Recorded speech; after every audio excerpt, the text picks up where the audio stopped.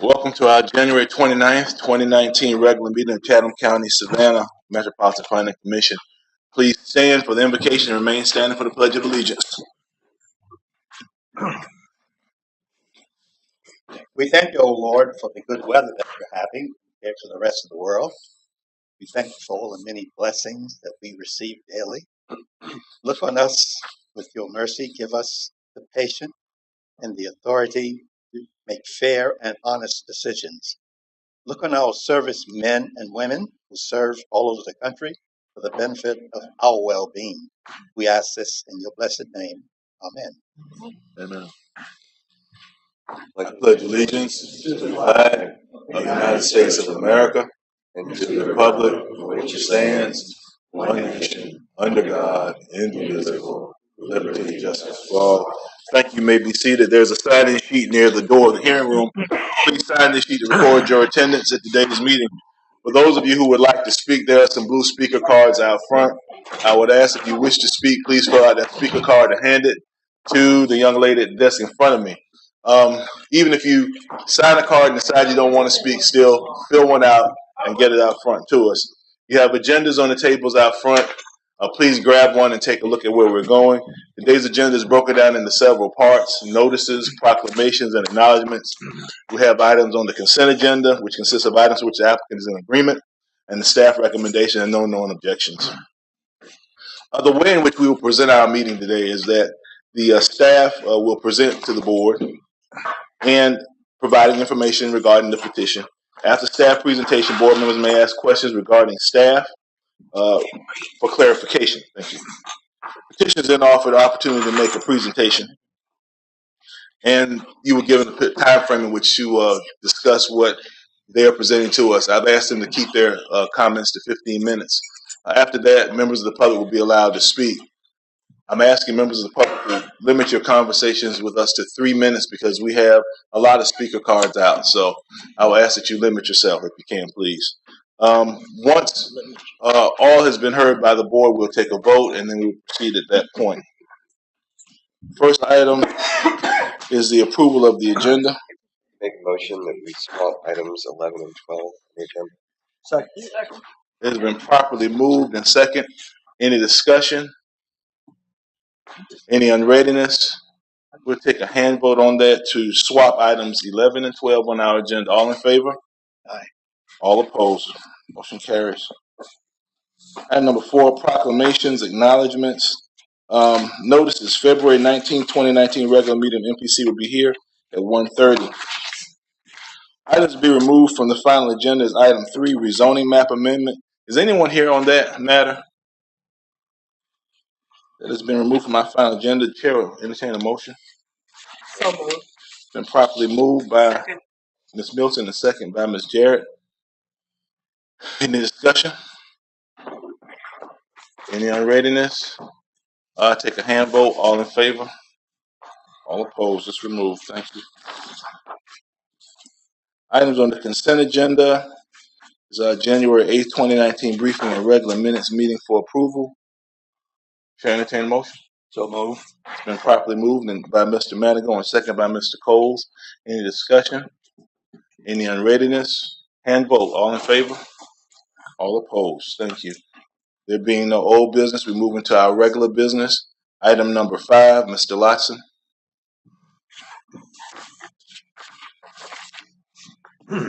Thank you, Mr. Chairman. The item before you at this time is a rezoning map amendment request. This request is related to properties at 317 and 323 East Broughton Street. The petitioner is requesting to rezone these properties from the RIPA classification to the BC1 classification, which is central business.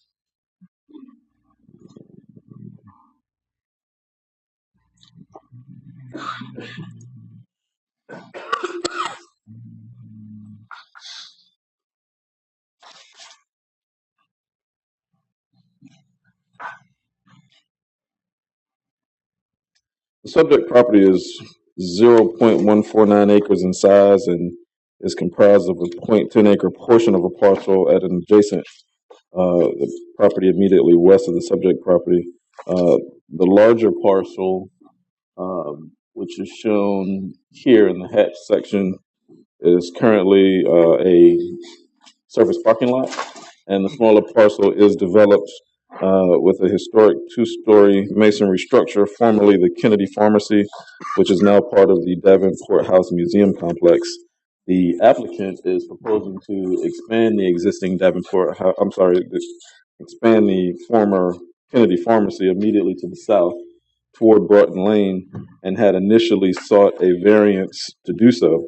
In review of that request, staff found that it would be a more appropriate action to rezone the property, bringing both properties into the BC1 zoning classification. As you can see, the larger parcel is split zoned, and only a portion of it is within the BC1. Our recommendation to the applicant was to seek that rezoning, essentially moving the zoning line that splits the property to the center line of Habersham Street. In review of the BC1 zoning classification, staff did find that it was an appropriate classification. The land use designation for this property is downtown, which is defined as the traditional central business district, which of course this area is. Based on those findings, staff is recommending approval of the request to rezone these properties from RIPA to BC1. Questions of Mr. Lotson? There being none, I believe this is the MPC staff generated. No, this is a petition generated by the developer. I see it. Is the petitioner present? Please step forward and state your name for the record, and you have 15 minutes, sir.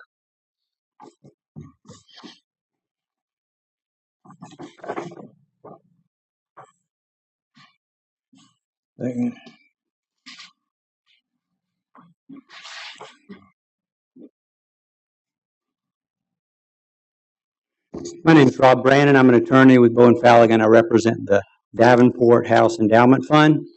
I've got with me Daniel Carey, who represents the owner. He's with the Historic Savannah Foundation. And if there are no questions, I'll be glad to take questions, but I don't need to take 15 minutes if you guys don't have any questions about this. I think it's a pretty simple thing. It makes a lot of sense. They're going to expand the museum right here on the back of, this is the historic Kennedy Pharmacy. They want to expand that space here so they can move the gift shop from the Davenport House, which is back here on Columbia Square. They want to move that up to Broughton Street, which puts the retail on Broughton, which I think makes a lot of sense. Allows the tours to enter through Broughton Street and come through here and come into this building. So the whole first floor now can be part of the museum experience.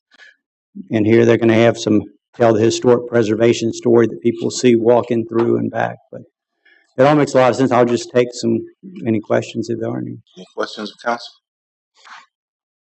There being none, I have 2 speaker cards. Daniel Carey. Thank you. And I have a Mr. Nathan, is it Godley? If you would please, sir, step forward and state your name for the record. And you have 3 minutes, sir.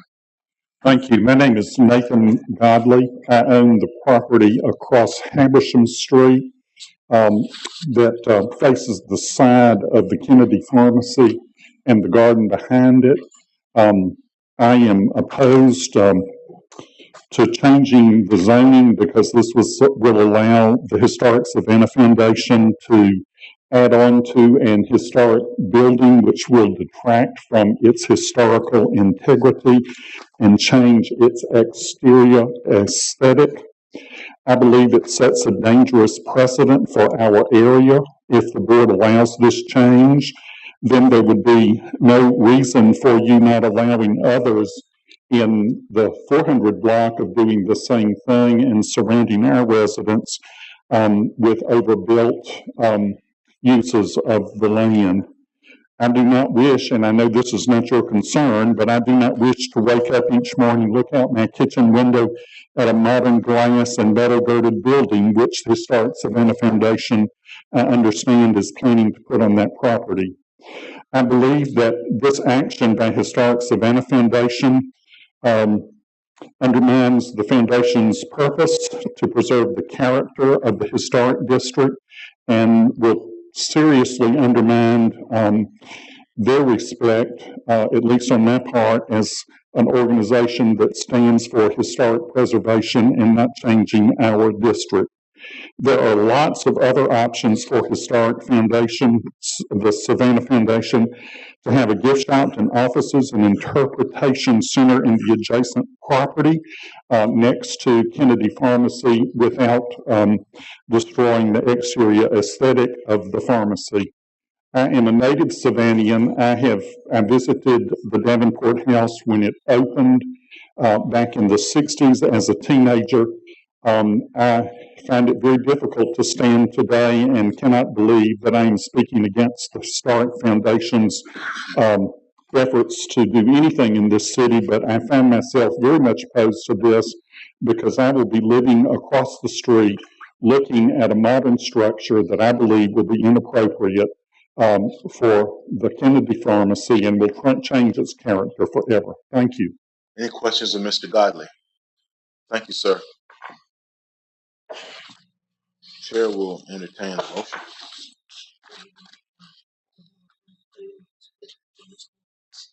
Anything you wish to add?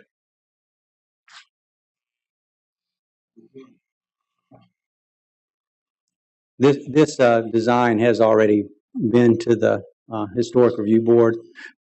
It was put on hold pending this zoning. So really today we're just talking about the zoning, but we do have to go back before the Historic Review Board to talk about the design of the building that he's talking about. I wasn't at that first meeting, but if you have any questions about that, Daniel Carey's here. But we will be going back to the Historic Review Board about that. Mr. Cook has a question. That today, that's just a surface parking lot, place where you're planning to add the addition. Right now, it's a courtyard that has a brick restroom. It's a restroom structure, a storage structure in it right now, and so that will be removed. There's nothing really there now, other than that courtyard. Any addition? Yes, The Mr. addition, though, is it going to take away from the character of the existing Kennedy Farm? Well, that's certainly not the intent. That's why you want to address that because you were at the Historic Review Board meeting. They talked about this. I wasn't at that meeting. Please state your name for the record, sir. Yes, Mr. Chairman. Daniel Carey with Historic Savannah Foundation.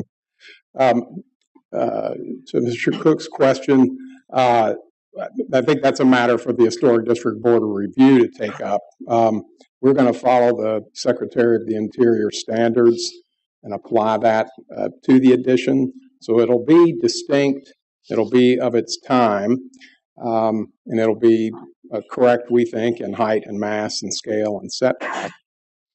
It will be contemporary, that's the intention, but it's also the use inside the Preservation Center is one that's also very contemporary in the sense that we're trying to explain what preservation is in the 21st century.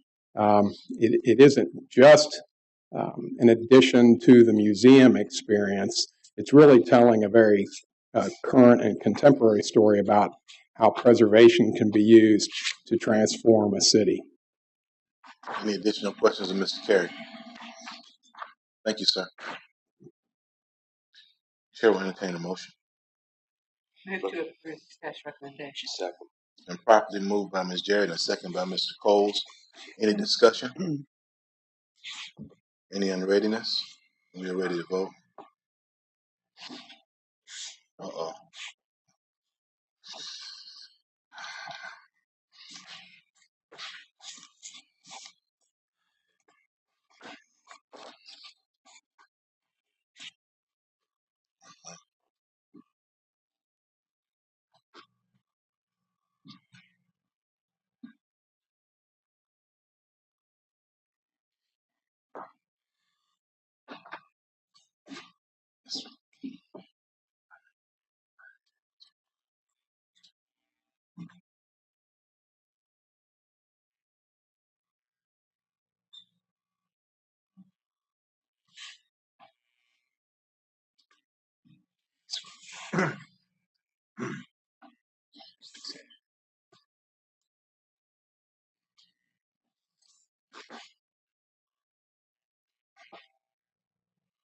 Showing we've all voted.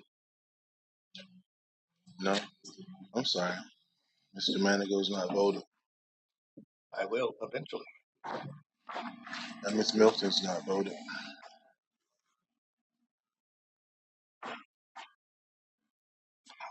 Matters approved. Item 6, text amendment. We will hear item 6 and item 7 together. Ms. Harris? Yes, sir, Mr. Chairman, members of the board. Items 6 and 7 are related to each other. I'll just do one presentation, but would ask the board to consider making 2 separate motions. The first item is a text amendment, and the second is an accompanying map amendment. The petitioner is the Parkside Neighborhood Association, and they are desirous of having an overlay district, what we're calling an overlay conservation district, apply to their neighborhood. That includes both Daffin Park and the area known as Parkside Place. You will recall that earlier this year, we worked with the Ardsley Park Neighborhood Association to create Article Q, which created the concept of a conservation district, and that text amendment allowed for provisions to be in place to prevent unnecessary demolitions of historic buildings. It provided criteria for when demolitions should take place or could be granted when there is no possibility of an economic return on a property, or if there's structural damage and the property is too far gone. But it also created a public process where demolition of contributing buildings is required to come before the MPC for review and approval. So it allows for that public notification and public process where there previously were none. It's important to note that the Conservation District only has restrictions placed on demolitions of buildings, and it does not impact new construction or any other alterations that are proposed. Those follow the same procedures as are currently in place for applying for your building permit, meeting your zoning, et cetera. I just a quick note on the history of Daffin Park. It was Daffin Park itself was named for Philip Daffin, who was the chairman of the Park and Tree Commission, the very first one, and was designed in 1907 by John Nolan, who was a student of Frederick Law Olmsted. The municipal stadium was initially constructed in 1927 and then was replaced by Grayson Stadium in 1941. After the park was completed, the Parkside Land Company began laying out the streets and squares for Parkside Place to the south of that. Most of the dwellings were built between 1914 and 1947 and have a variety of architectural styles, including Craftsman, Colonial Revival, Cape Cod, and English Vernacular. It was listed on the National Register of Historic Places in 1999, and we are recommending that the text amendment and the map amendment be approved. The boundaries are proposed to match the National Register Historic District boundaries. Questions of Ms. Harris? Happy to answer any questions. There being none, thank you, Ms. Harris. Yes, sir. Is Thank the you. petitioner present? Mr. Hessler? Please step forward and state your name for the record, sir. Hi there. Yeah, I'm Rob Hessler. I'm co-chair of the Parkside Neighborhood Association. I am also speaking on behalf of the association committee, and we fully endorse and support the adoption of these protections. We've been going through this process for a number of months, and in support of this action, we have taken the following actions. We presented the proposed draft ordinance and explanatory materials to the Parkside Neighborhood Association meeting on May 29th, 2018, asking residents if they would like the association to investigate the matter further.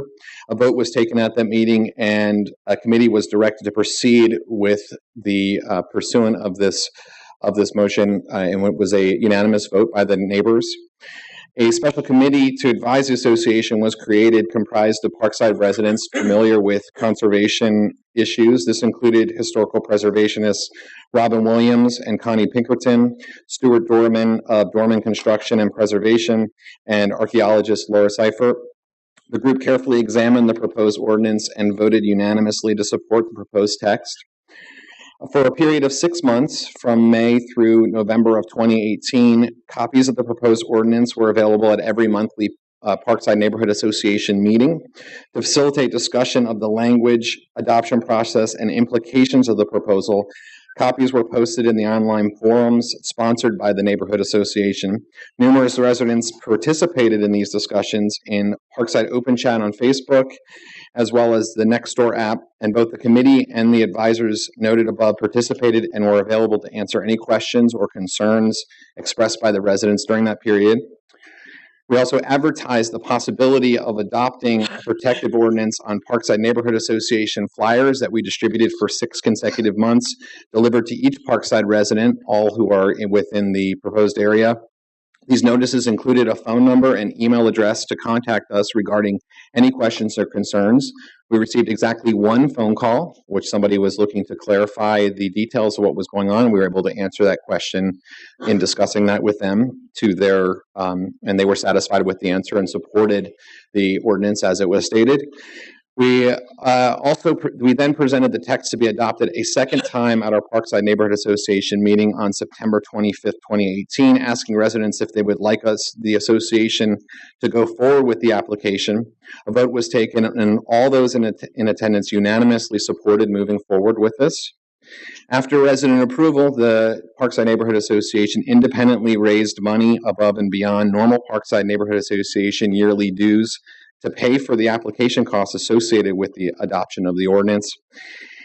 And because of all this, we ask that you support us in this. As mentioned, we believe that we've had extensive discussions with the residents, and we have extensive support from them. Again, we haven't received any resident complaints or opposition to this thus far. And we ask that you all put this valuable protection in place for the Parkside Place historic neighborhood. And I was also informed that we received that you all should have received 20 letters in support of this, which I'm going to just say, as the chair of this neighborhood association, I'm really proud of that our residents stepped up and mailed in letters to you, and you can all see that. So we've got a lot of support, and I'm here and happy to answer any questions.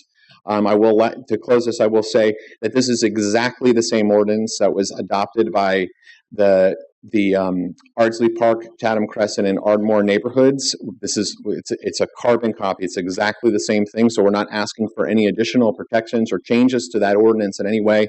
We're just asking that our neighborhood be added to those same exact protections that you've already approved. Any questions of Mr. Hessler? Thank you, sir. Thank you. I have 2 additional speaker cards. Is it Ms. Helmers? I don't know that I can If you else. okay. I think he covered everything. Okay. And I have Nick Palumbo. Nick, if you would please state your name for the record. Good afternoon. I'm Nick Palumbo. You may recall that I was here last year in the creation of this conservation district, and I'm just proud to report just to see another neighborhood being proactive in charting its own destiny. And for our neighborhood association with 2,300 households, it's really been a mark of pride for us to have this conservation district. And even in the intervening year, we haven't had any complaints or any neighbors wish to change it, which is quite remarkable for a neighborhood association. So it's fantastic to see this replicated. We found this to be very reasonable, and it's just been great to have it. So thank you. Any questions, Mr. Palumbo?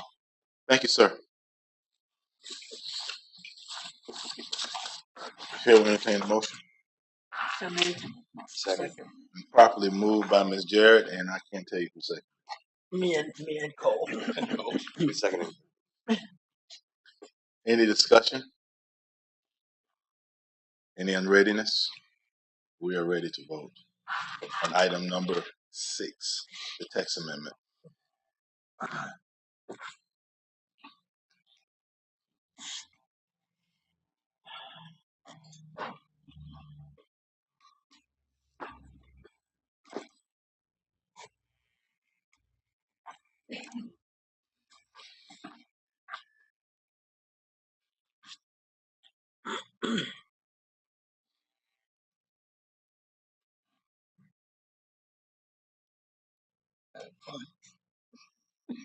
Mr. Manigo, you are Having fun. having. Can't get it to work yet.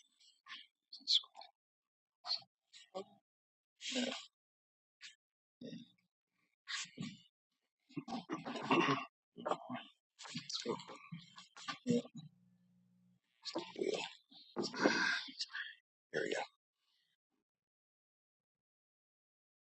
Okay, shit.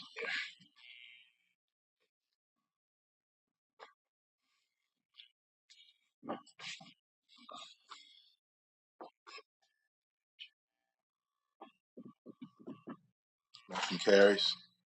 Respect to item number 7, map amendment. The chair will entertain a motion. So moved. It's been properly moved by Mr. Cole. Second. Second by Ms. Milton. Any discussion? Any unreadiness? We are ready to vote on item number 7.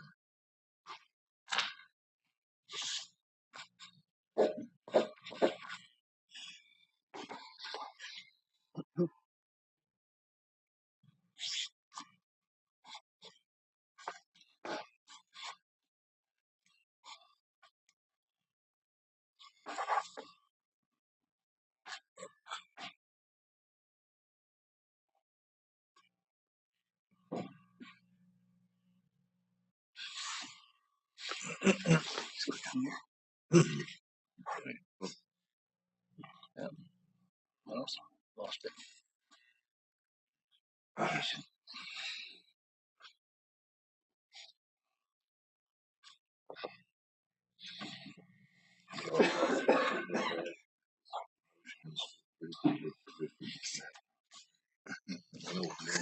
He didn't say, he just said, so moved. Motion carries. Thank you, Mr. Manigo. Item number 8, Mr. Latson.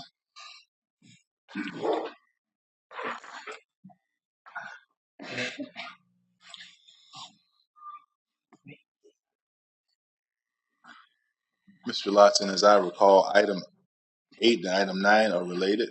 Yes, sir, that's correct. We've got a good pattern going here. These two items are related to the same project. They will require separate votes. I will be presenting the information regarding the development plan, and preservation staff will be presenting information regarding the proposed certificate of appropriateness.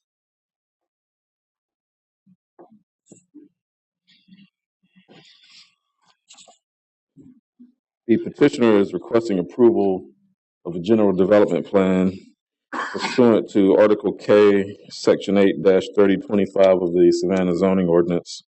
This section outlines the review procedures for major site plan review within the Mid-City District.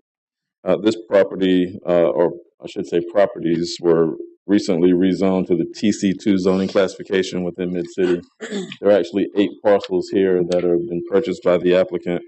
The area that you see in the northwest quadrant of this exhibit is not part of the petitioner's property, but they are requesting approval of this GDP.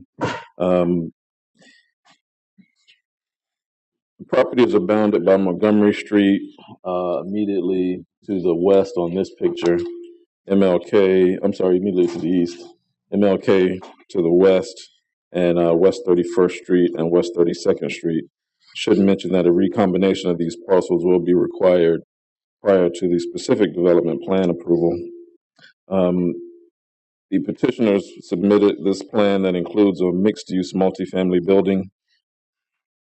It is proposed to be 4 stories in height, approximately 1,700 square feet of non-residential space is a part of this proposed development on the ground floor, and there would be a total of 135 dwelling units within those 4 stories. The mix of units includes proposed 48 studio apartments, 71 one-bedrooms, and 16 two-bedrooms for, as I mentioned, a total of 135. Relative to the required parking, the petitioner is requesting a waiver to the parking requirement within the Mid-City zoning district. Within Mid-City zoning districts, the Planning Commission does have the authority to waive design and development standards not to exceed 20% of the requirement, and the petitioner is requesting a 10% waiver for the required parking. In the case of this project, the parking is based on the square footage of the building, and the parking requirement is 1 space per 1,000 square feet of building area. That would make the required parking for this property, or for this development, 109 spaces. The petitioner is proposing 63 spaces in an off-street parking area below the building, 35 on-street spaces adjacent to the property, which they're permitted to count toward their requirement, for a total of 98 spaces. As I mentioned, there are 109 that are required, so this is an 11 space deficit in terms of the required parking. As we discussed in the pre-meeting, there are a number of avenues for the petitioner to seek to make their parking requirement, including remote parking, variance through this body, and other methods to address the parking shortfall, including design alternatives. The review criteria spelled out in the ordinance.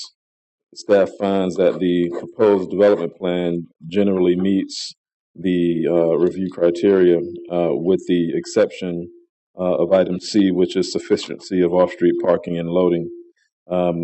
Based on these findings, staff is recommending approval of the general development plan. We are also, however, recommending denial of the off-street waiver of 10% as requested by the applicant. Questions of Mr. Lotson? Mr. Lotson, is it your preference that Ms. Smith presents after you, and then I we think will that'd be have additional appropriate, and comment? then you can open it up to the applicant after that. Item number 9, Ms. Smith.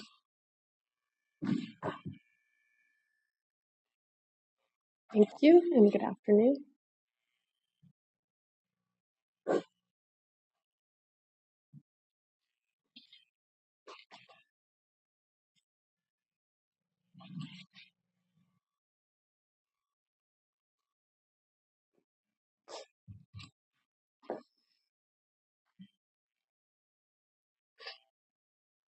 So this request is for new construction of the 4-story mixed-use apartment building with on-site parking. The site encompasses almost an entire block except for a parcel at the northwest corner. The building will feature 135 dwelling units and 2 ground floor commercial units.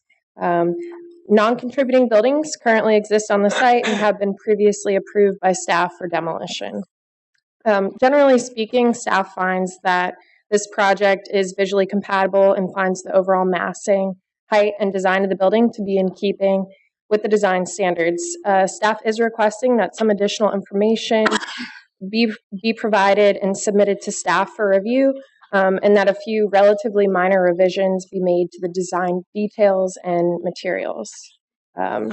So staff is recommending approval of the request for new construction of the 4-story mixed-use building with the following conditions for staff review and approval. We are requesting a few items to be provided to staff for review. I can go over them line by line, or else. Please do. Okay. So for the information that we are requesting for review and approval, we're asking that they provide a window and door schedule to show the dimensions of all openings, a COA application for signage, a few specifications for doors, lighting, canopies, and a few other items. Evidence to illustrate the single panes of glass in the storefront display windows meet the specific standard for the width of the glass.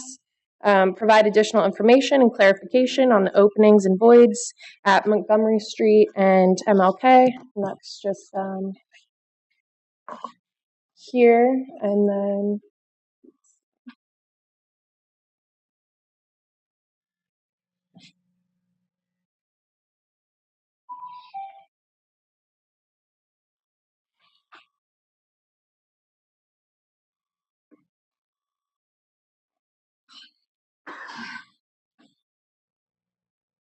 there seems to be a little bit of a delay. But this area here, we're just looking for some clarification on these items here, this area. And then we're also asking for assurance of a few items to make sure that they meet the standards, that the window sashes are inset not less than 3 inches from the exterior facade of the building.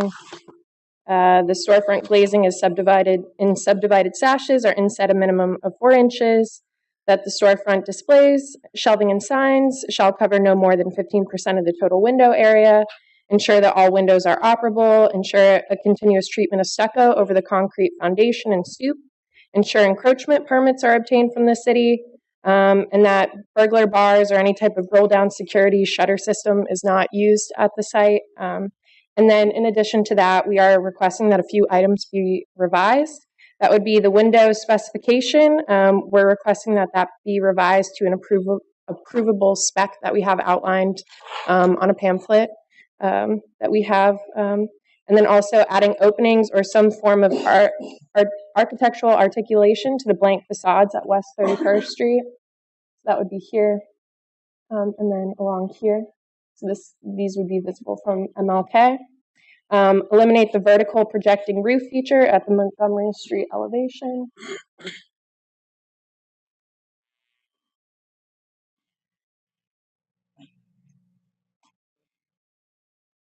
That would be this feature here. Bring the building closer to MLK for a zero lot line. Reduce the curb cut to 20 feet and add a gate or door to create a consistent wall of continuity at West 31st Street. So that would be right here. Revise the materials within the individual bays to be more consistent because we've got brick here, stucco, and some wood siding. So we just want to ensure that there's some more consistency with that, and to revise the residential awnings so that they be constructed of canvas cloth or equivalent to meet the standards of the ordinance. Any questions of Ms. Smith?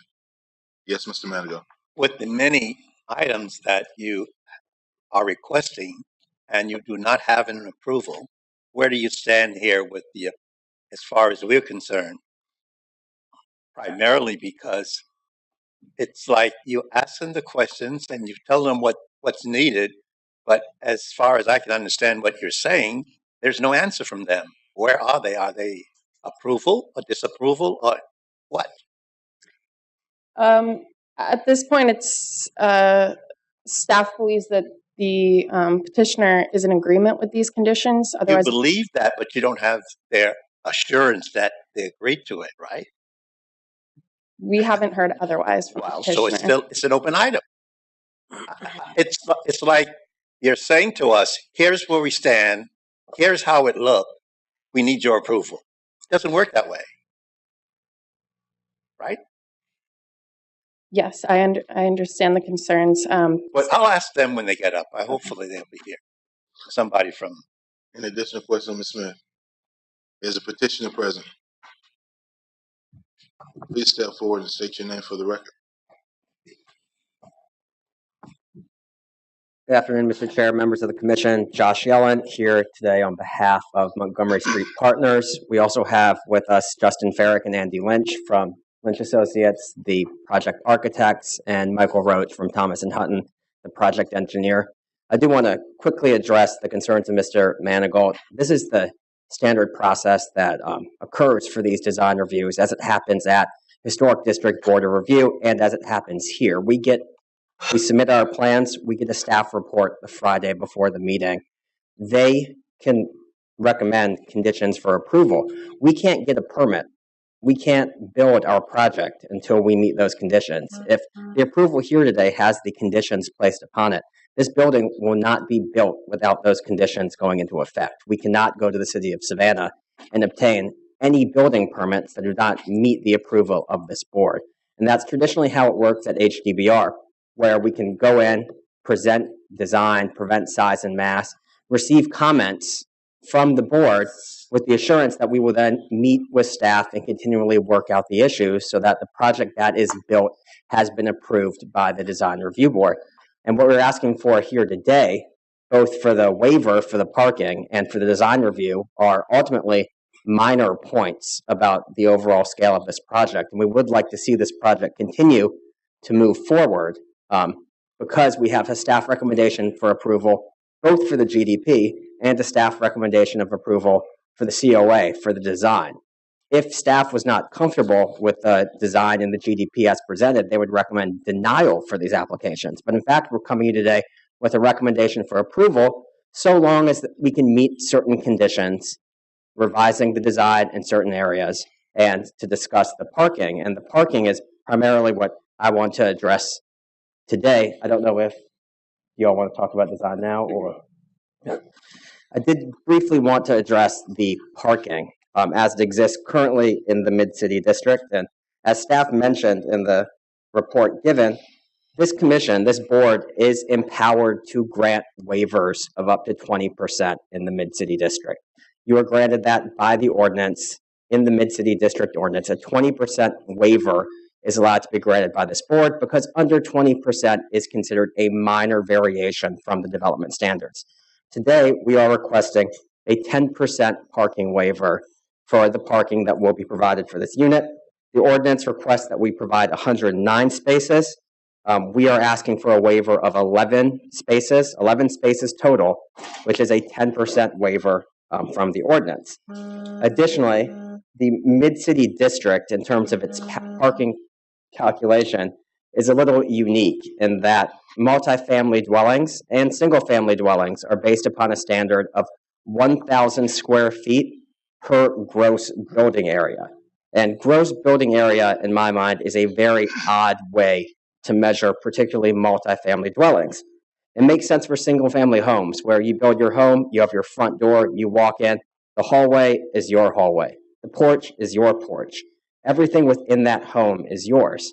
Here, we're being asked to provide parking for communal hallways, for communal areas, for elevator shafts, for stairways. We're providing parking for spaces in this unit that will not be used in a way that increases the density of the structure. And so when you take out all of these areas, when you look at our gross floor area and take out the parts of the building that are communal, the hallways, the elevator shafts, the stairwells, we actually are reducing that by 16,000 square feet. We have 16,000 square feet of shared areas within this building. And if we were based upon a standard of gross leasable area, which I think in my mind makes more sense, which is why we were asking for this board to approve the waiver, that if we took this 16,000 out of our 102,000 gross square foot area, that number is in line. We are actually meeting the parking requirement that would be provided. In that sense, we would need 93 spaces, which we are having under this ordinance, once you take out the communal areas of the site. Additionally, I do want to talk about how this Mid-City District, how the streetcar district, and how, as it's listed in the ordinance, public transportation and transportation options have always been an important part of this area, where previously we had the streetcars running up and down, which unfortunately are no longer present. We do now have opportunities for public transportation. And the public transportation options in this area are far superior to most areas in the city, which further supports our requested waiver for only 10% for 11 spaces for the site. This is our site. Every one of the blue dots is a CAT bus stop, not just a CAT bus route, a CAT bus stop. If we go further over, we can shift over this way. We have the dot system, which runs around Forsyth Park, which is approximately 5 blocks away. But we have 5 bus lines that are in close proximity to this area. We have a spot that is immediately adjacent to our site, which will provide access both downtown and to the south side. Additionally, and important for this area, is the SCAD private bus system, which exists. I've highlighted our site in black. We have SCAD bus stops within close proximity to the area, both the one over on Anderson and also on Bull Street. We do believe that many of the residents who will be living in this area and living at this site, one, will not have cars, and two, will be utilizing shared transportation, SCAD bus system, and also the CAT system. And so for these reasons, because we have over 16,000 square feet of shared space that will not be used towards units, and because we have the public transportation options in the area, we believe that this board should grant the waiver, a limited waiver of 11 parking spaces, which is a 10% waiver, well within this board's discretion to grant this waiver. And we would respectfully request that you do approve of the staff recommendation for approval for both the GDP and for the COA for this site. And I'm happy to answer any questions that you may have. Ms. Southers, Mr. Manigault, and Ms. Jarrett. Mr. Yellen, when was the last time you rode a City of Savannah CAT bus? I take the bus every day to work. And do you think the people that are going to be, as shown on your renderings, the Range Rovers and Mercedes that are all on these renderings, are willing to take the cat bus? I think that was the on-street parking, so the people coming to our site for the shopping. You're welcome. Mr. Manigo.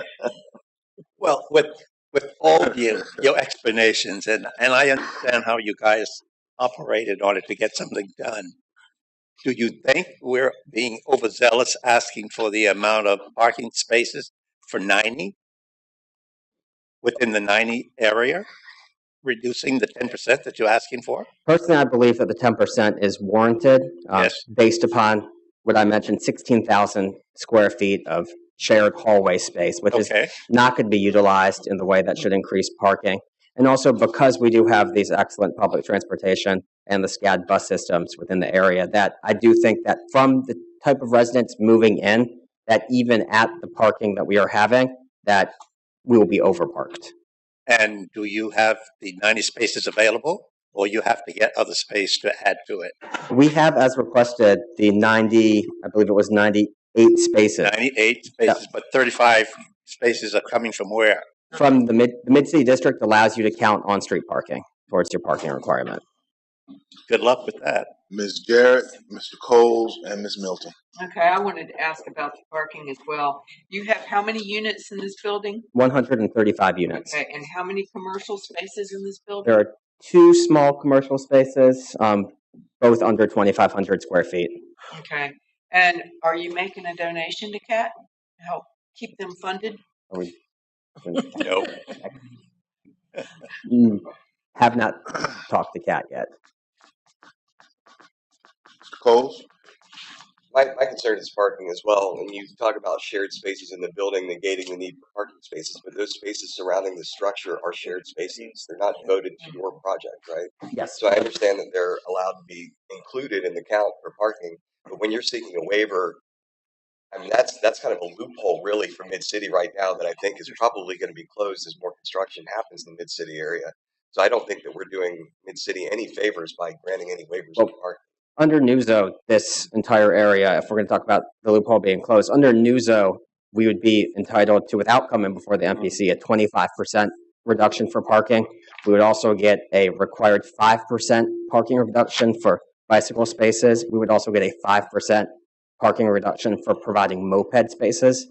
We have not currently shown that because it's not in the ordinance, but we believe with the 35% parking reduction that would be allowed under NUZO, we would be compliant. But we're not under NUZO yet. No, we are not under NUZO, but in terms of the 15 years of studying the parking for this area, that I think is well within the bounds of modern developments going forward and the fact that Savannah is entirely overparked in many areas. Ms. Milton? Are you considering parking on MLK? Is that one of your parks? Yes. That is not going to happen. That is not going to happen. I believe they have been in discussion with the city transportation as to whether or not that would be approved But and allowed. you're counting those sports spaces. Yes, ma'am. That ain't going to happen.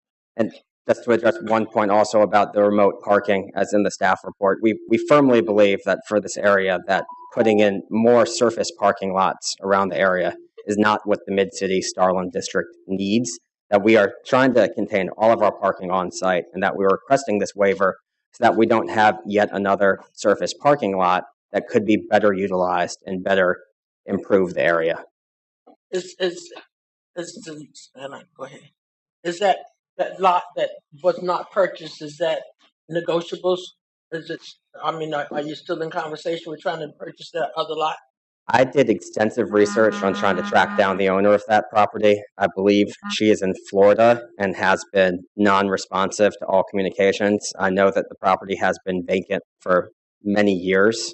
They previously did have some of the cars from the adjacent site stored on there. Those are no longer there, but we've reached out on many occasions, and to my understanding, there has been zero response back. So you have your parking squatters sitting in that parking lot? I don't believe that we could. It wouldn't be up to code, and not if there were cars that were parked there. I know that code enforcement will come around and start issuing citations. Anything further, Mr. Yellen? Yes, Mr. Cook. Do you know if all the taxes have been paid on that vacant property? Last I checked, they were. It was not a very large number. So I do believe that taxes are continually being paid, and that's how I found the address of the property owner. Any germane questions of Mr. Yellen? All right, I have a speaker card. Thank you, sir. Thank you. Mr. Jake Henry, Savannah Tree Sorry. Foundation. Yes. Do we need to address any of the COA issues to talk about design? Commissioners, any questions about design?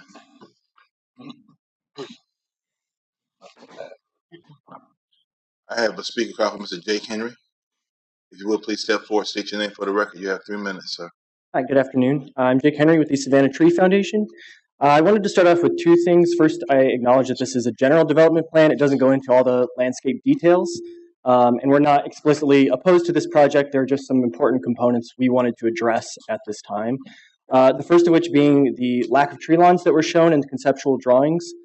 We know that this is required by the city tree ordinance, but we wanted to emphasize that this is required. This is an important part of what Savannah is, and moving forward, that this is a really important component in new development projects. Along those lines, if they want to use local transportation and mopeds and bicycles, it's a lot nicer to walk on the sidewalks when there's trees covering. It's not as hot. So there's certainly a lot of benefits that those offer in addition to just being a requirement. The next one is on Martin Luther King. There are live oaks along that road. They're very large, many of them over 3 feet in diameter. Much of the canopies will have to be pruned off in order for this building to be built. As you know, live oaks don't get very tall, so with a 46-foot building, a lot of that is going to have to be pruned off the sides of the trees to make room for the building. And finally, the other is the green space requirement. It's a 20% green space requirement. It didn't seem obvious on the plans. We have full faith in the Greenscapes Department that they will enforce that.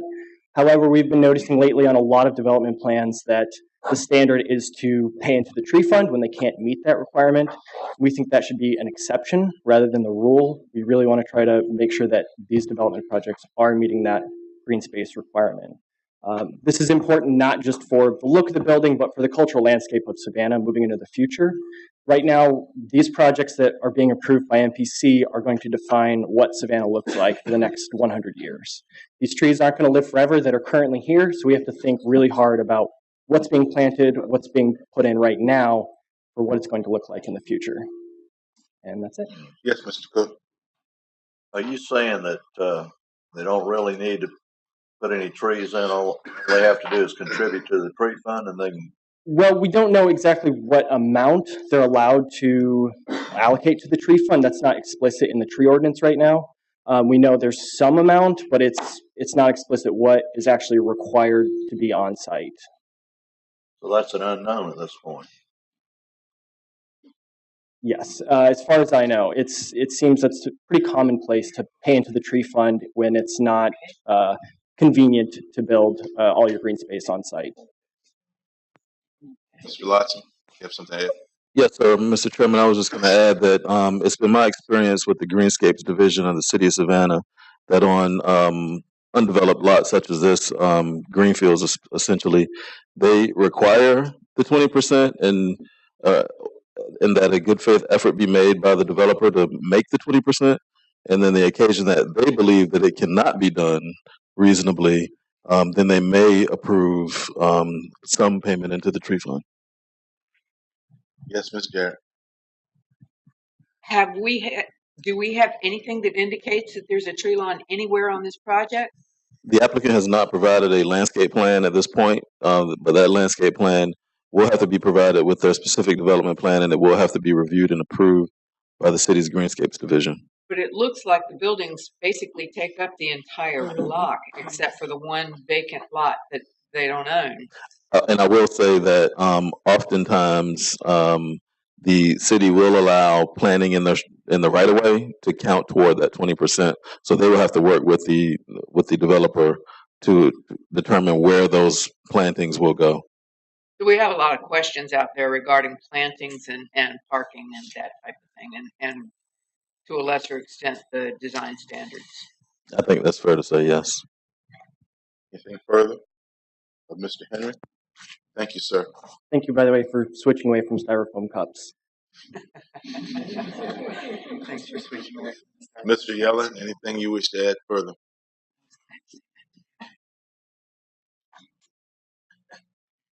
If you would, sir, please state your name for the record. Sure. My name is Justin Ferrick. I'm with Lynch Associates Architects. Just wanted to talk a little bit about, and again, just so we're clear on the process that we've been given with this project, is that we submit our project for review and we receive the comments from city staff at 5 o'clock on Friday. So today is Tuesday. And historically, when we talk about these design issues, we do so in the historic district. It would be before the board. And a lot of times we're in very close agreement with city staff on the big picture item, but there's small items that we may have a difference of opinion on. And it's during those meetings in which we discuss those finer issues. And so we do have some comments regarding some of their requests for revision on the project that I'd like to bring before your attention at this point in time. In general, we're quite comfortable with all of their comments regarding the insure language with regard to the things that they want to see, which we would want to see as well in the project. When we get down to number 3 on their request, which are the revisions to the project, we take exception to a couple points. We were perfectly fine with number 1, which was the revision of the window specification, and we were fine with number 2, which was adding some articulation on the blank facade, which occupies the 0 lot line location in that cutout corner of the property. I'm going to skip to number 4 because it addresses some of the comments that were brought about earlier, which were the trees along Martin. I wanted to use it. Yeah, and then we'll switch back. Yeah. Number 4, which was their request, was to bring the building actually closer to Martin Luther King Jr. Boulevard for a 0 lot line building. And again, I know you're looking at the building and you're seeing the building all brought all the way out to the property line. Those are actually the desires of the city staff with regard to design. So in our case, we actually occupied the corner closest to 32nd Street was a 0 lot line, and then as we moved north on the property, the building actually stepped back a little bit, and it was primarily because of the beautiful live oaks along the property. I'm going to show you the one closest on the corner there. So this tree actually has quite a vertical structure. So again, what we're seeing there is we're seeing a tree lawn, the sidewalk, and then the property beyond. So we were somewhat comfortable with the building having the 0 lot line articulation in this corner. But as you move down the street, the next tree begins to branch out a little bit farther. And on our site plan, we're actually showing the building stepping back away from Martin Luther King Boulevard in order to allow proper pruning and protective health of this tree. And then you can see as we move a little bit farther down the property, you can see that there's some significant horizontal branching of the trees, which also was in our design of the project. We were cautious to step the building back from the 0 lot line condition to allow for a more healthy environment and more careful pruning of these trees to make sure that it didn't damage the structure. So if I could switch to the. I'll let him continue. So that was issue number 4 on their list, which was the request to bring the building closer to Martin Luther King. We would request to not have to do that, particularly for the health of those trees, which we believe are a tremendous asset to the property and to the city at large. Stepping back for a moment, number 3 was eliminating the vertical projecting roof feature on Montgomery Street. And so what we're talking about is this little butterfly roof here. So one of the things about a building like this is that it's really never perceived like this. It's never seen in full frontal elevation like this. You would only see this building looking down Montgomery Street or down MLK Street.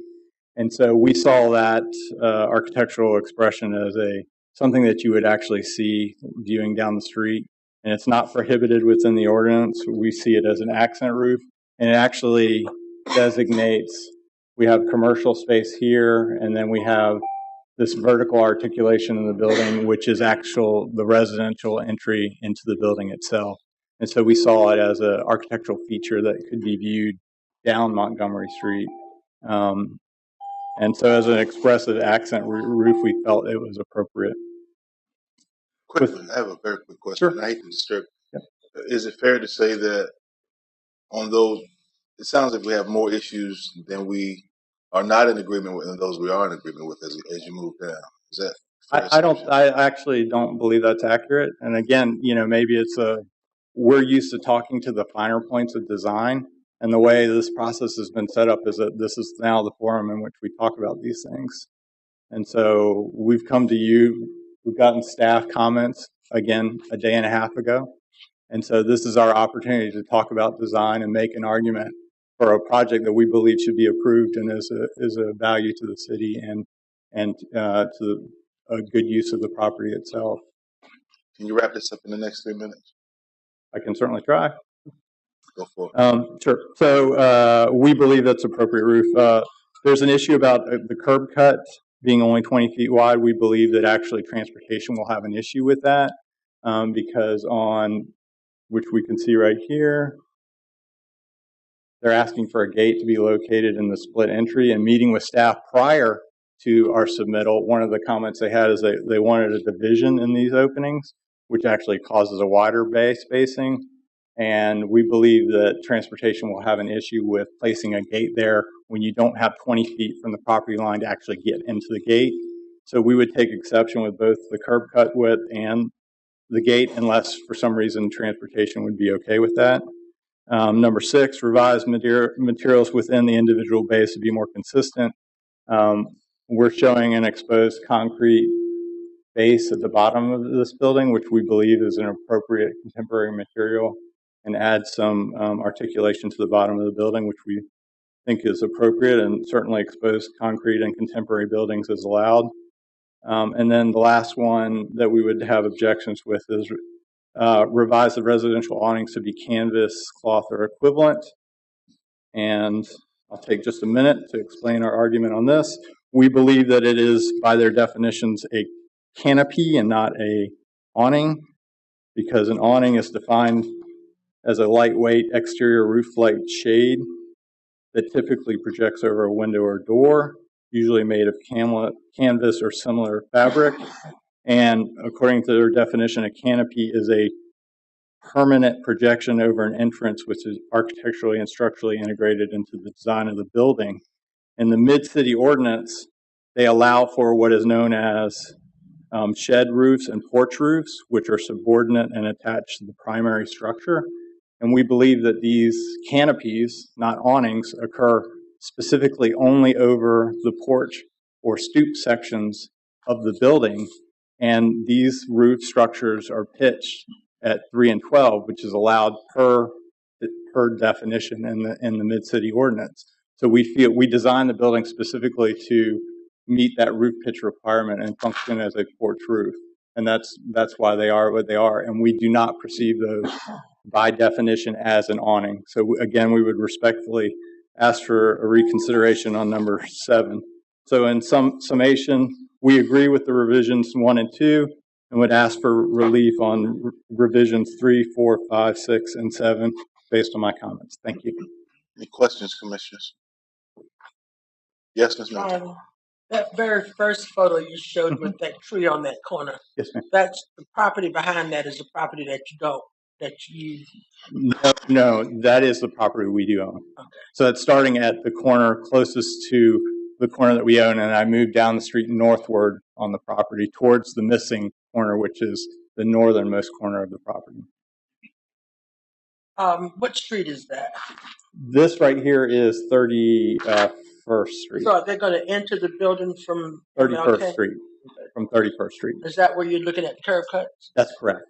Yeah, and that made the most sense because just given the width of that street and not entering off of MLK and not entering on and off of Montgomery Street, that was the most appropriate and logical place to have an entrance into the building. Is that going to be for your retail as well? Um, I believe that the retail is such a small portion, it's under 2,500 square feet, so it doesn't require any parking. So it would be residence parking.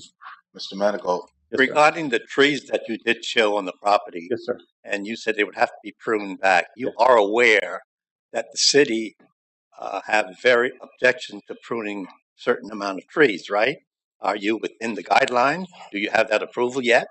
We do not. Obviously, we're in the approval phase of the architecture. We historically work with an arborist, and there's a process in which the arborist works with the city to make sure that they're in agreement with the work that's being done. But is it not fair for us to approve this, still have to go to the city, and you don't have the approval yet? Something is wrong here. Because we know, you know, trees here in Savannah is high property, and they want to save every one of them, which is not necessarily true. And it does affect your building on the guidelines. Well, I agree, and that's where we're running into the issue where city staff is recommending we build to the zero lot line, and we're trying to do more to protect the trees. So there's a disjuncture in desires here. So what should we do to solve the problem before we approve it? To go to the city. It has to go there. This is the board that has the authority to make those decisions. Okay, thank you. Any further questions? Thank you. Anything further from Mr. Yellen? No, just to reiterate, we are requesting approval from both staff recommendations along with the requested parking waiver for the 11 spaces. Everything will go through city. Every department will need to sign off before any permit can be issued and any building can be constructed. We will continue to meet with city staff and MPC staff to ensure the compliance. Thank you, sir. Chair will entertain a motion. Yes, Mr. Branch. Mr. Chairman, I'm by far an expert on some of these detailed design issues, and it would benefit me if staff and the petitioner could get together between now and our next meeting and hash out get down to a final list. I mean, there might be some agreement that can come to on some of these things, and maybe we can approve this then.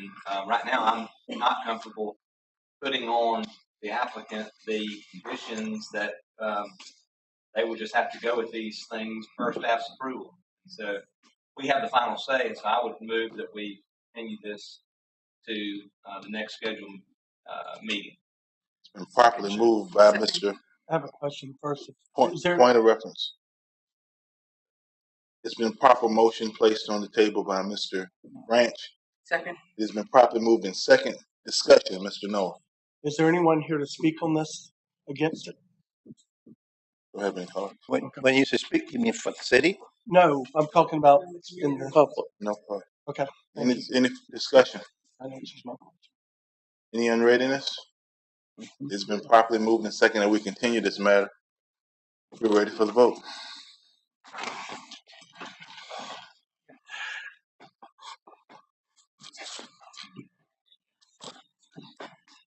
And Mr. Noah, to answer your question, that was Mr. Henry that spoke, and he was the only speaker card I had. Did I do wrong now? This is for item number 8. We want to take a separate vote. So item number 8 is continued, and we'll take a separate motion for item number 9 to continue that as well. To continue. Second. Okay. It's been properly moved to continue item number 9. It's been second moved by Ms. Jarrett, second by Ms. Southers. I got you. Should be approved. Oh, Mr. Manigault hadn't voted. There it is, approved. Mr. Manigault. I did already. I'll help him. Okay, you're helping him. All right. I'm getting there next week. It's been properly moved and second that we continue the matter of item number 9. Any discussion? Any unreadiness? We're ready to vote on item 9 to continue it. It's been properly moved by Ms. Jarrett and second by Ms. Southers. Right next to me.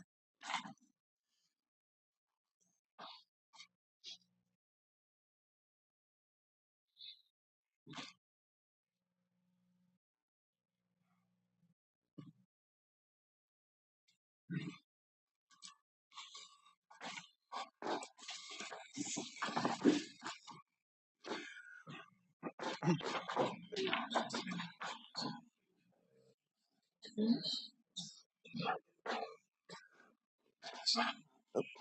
it's weird. Did that what happened? Did I? All right. 11, 12.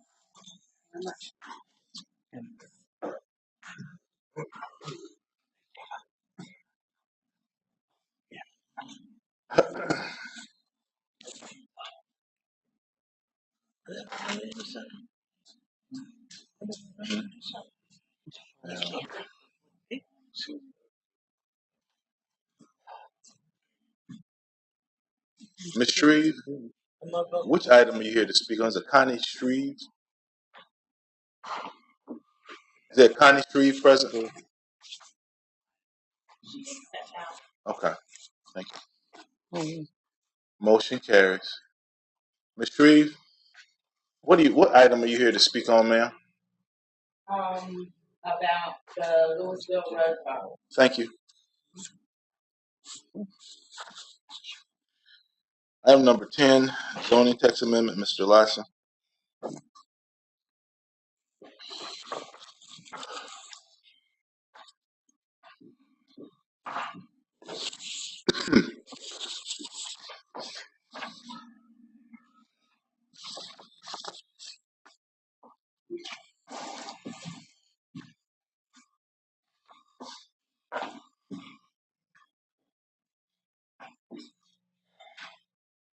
Mr. Chairman, members of the commission, the item before you at this time is a request to amend the text of the zoning ordinance specifically regarding the historic district height map, which is found in section 8-3030N2.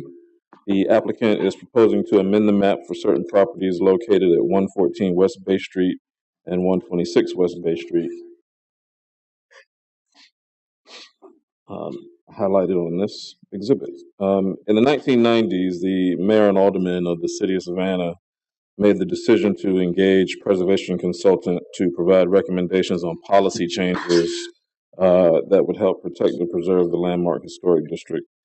In 1992, the city was presented with the Chadbourne report, the outcome of this consultation that was authored by Christopher Chadbourne of Clarion Associates, Inc. And among a number of recommendations, the Chadbourne report recommended a height map for the landmark historic district.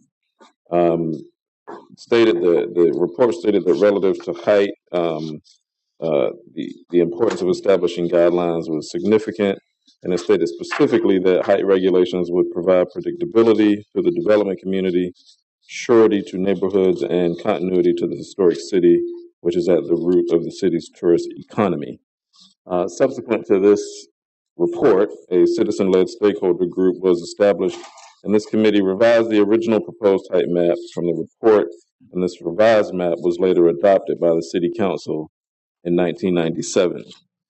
The area in which the height map is proposed to be amended includes 2 parcels developed with contributing buildings originally constructed in the mid-19th century.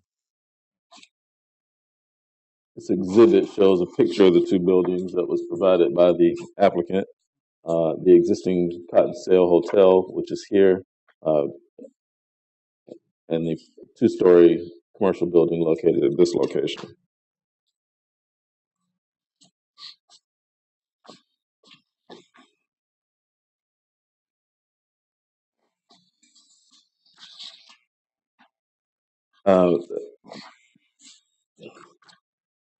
Beginning in 2005, the Historic District Board of Review began to consider a number of certificates of appropriateness for this property that later became Cotton Sale Hotel. In one of those actions, the HDBR recommended approval to the Zoning Board of Appeals for a 1-story variance to the height map to allow a rooftop addition onto the building that is now the Cotton Sale Hotel. The board stated that they recommended approval of a finding of fact that the additional story as presented is compatible based on its ability to be removed without adversely impacting the main structure and its lack of visibility from the public right of way, and also the greater public good and the recreation of Factors Walk at that location. So, and I say that to say that that consideration at the time was done in a comprehensive way with the other improvements that were proposed for the building and the general vicinity around this hotel. So that rooftop addition was completed in 2014. There is one issue that we did not discuss in the pre-meeting, but should be brought to your attention here, is that at that time, there should have also been a variance to one of the standards within the ordinance that states that rooftop additions shall not be visible from the front elevation on historic buildings. It appears that that was not done. So in the case of today's height map request, if the height map is amended and the petitioner does propose a rooftop addition on either this building here, a variance to that requirement would have to be approved as well. So there would be a additional step in the event that the map was amended. The building on the easternmost property is currently permitted to be 2 stories above bay. The petitioner is proposing that this property's designation be changed to permit 3 stories above bay. While this would permit a new rooftop addition at the subject property, as I mentioned, that variance would also be required. Currently, you can see in this photograph the existing addition that was approved by the Board of Appeals. I should also mention for the record that subsequent to the approval for this, the City of Savannah did amend the zoning ordinance so that amendments to the height map could not be made through the variance process via the Zoning Board of Appeals. Currently, under the regulations, the only way to amend the height map is to request a text amendment, have that go through this body, and then go through the mayor and alderman. And while the applicant is intending, based on conversations, to extend the existing addition over to the easternmost building here, staff should mention that if the height map is amended, then essentially a full 3 stories would be permitted on both of those buildings. In our discussion within the pre-meeting, staff raised all these issues relative to our recommendation. And I should also mention that, as everyone knows, there's been a lot of discussion about the National Landmark Historic District of late, in particular the National Park Service's recent findings regarding the district and the change of the district status from satisfactory to threatened. A part of the findings here included the fact that there has been, according to the Park Service, a surge in applications for rooftop additions to historic commercial buildings, which are becoming more prominent. This ultimately changes the mass and scale of the building where additions are visible, the MPS said in their findings as well. They said that individually, many impacts that seem minor, but cumulatively they can be substantial. Based on these findings, based on staff's review of the petitioner's request, we're recommending denial of the amendment to the height map. And we're recommending that the existing 2 stories above bay for this property be maintained. Questions of Mr. Lasson? Yes, Mr. Cook. I think I heard you say that when they got approval for the 3rd story here, Yes, sir. that there was a stipulation that it would not be visible from the street. Actually, what took place at that time was that at the time that was approved, there was a section in the ordinance, or is a section still in the ordinance, that states that rooftop additions on historic buildings cannot be visible from the right of way. It seems that there should have been a variance to that that standard, and that was not done at the time. So in the event that they do get the authority to build on the building there an additional story, that requirement would either have to be varied or addressed by the applicant through design. So technically, right now, they're in violation. It appears that that is true because we did not have a record of a variance to that standard. All right. Mr. Wywoody and Mr. Coles and Mr. Smith. When you say visible from the right of way, where on that, approximately in that image, would you be standing where it should be visible? Where's the right of way? Where's the right of way? Is where that blue truck is? Yeah, let me show you in another exhibit. It's probably a little easier to see. So right here you have, I think that truck you saw is parked here, approximately. And of course, Bay Street is out here off the map. Sure. I've got Mr. Coles, Mr. Smith, and you after Mr. Smith. My question is, like, it appears that we're being given two options. One is to deny it, or to approve it. And the way that you're implying approval means that it would create an option to create a full third floor, as opposed to just continuing the setback space that they have. Is there not a third option to allow for that setback space? And I agree that it's really subjective as far as right-of-way goes, because there's many rooftop bars in town that you can't see when you're on the sidewalk in front of the building, but if you're 4 blocks away, of course you can see it.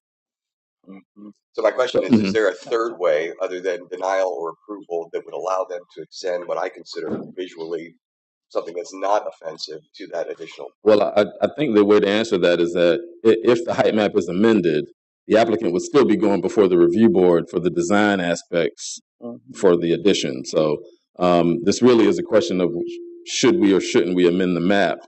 The design of it, what it looks like from the right of way and from everywhere else, will still have to be vetted by the review board. Mr. Smith? No criticism to city staff, but I guess the thing that I object to as far as you have a builder who went into the city of Savannah, received a permit. It was approved, and they received a CO. So the builder did nothing wrong, in my opinion. So I just hate that we have some appearance we're saying they're in violation. City gave them a permit. I just want to correct that to the builder. That's just not fair. Mr. Noah? Mr. Coles handled the right of way. Okay. Any further questions of Mr. Lawson? Thank you, sir. Is the petitioner present? Please step forward, sir, and state your name for the record. No. Okay. I'm Neil Dawson. I'm with LS3P Architects. I'm an agent for the petitioner. My client bought this building around 2005 and probably about 2 or 3 years ago purchased Kevin Berry's bar here on the end. And just to recap what Mr. Lofton has said is correct. And since the Chadbourne study in 1997 established the height map, it's been varied substantially. In fact, I'll go back to the exhibits. Just within a stone's throw, most recently, the Alita Hotel, I believe, had a height variance of 2 floors in this zone, which is 2 stories above bay. The Kessler Hotel has a 4 and a 6-story building in this zone that's 3. Even the Kessler building, the Bohemian that's right next door, is zone 3 is 5. And so there have been just numerous height variances in this area, just to establish that as sort of background. When we did the original design for this building, one of the questions is exactly what you said, where's the right-of-way? Well, the right-of-way is actually this front door.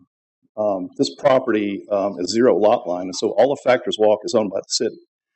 So that was really the impetus for us doing this project, was to improve what was previously a parking lot. And I'll go down to the old picture. I don't know if y'all remember the Ryan building, but it was quad stacked deep with cars on a concrete parking deck, just like the liquor store is right now.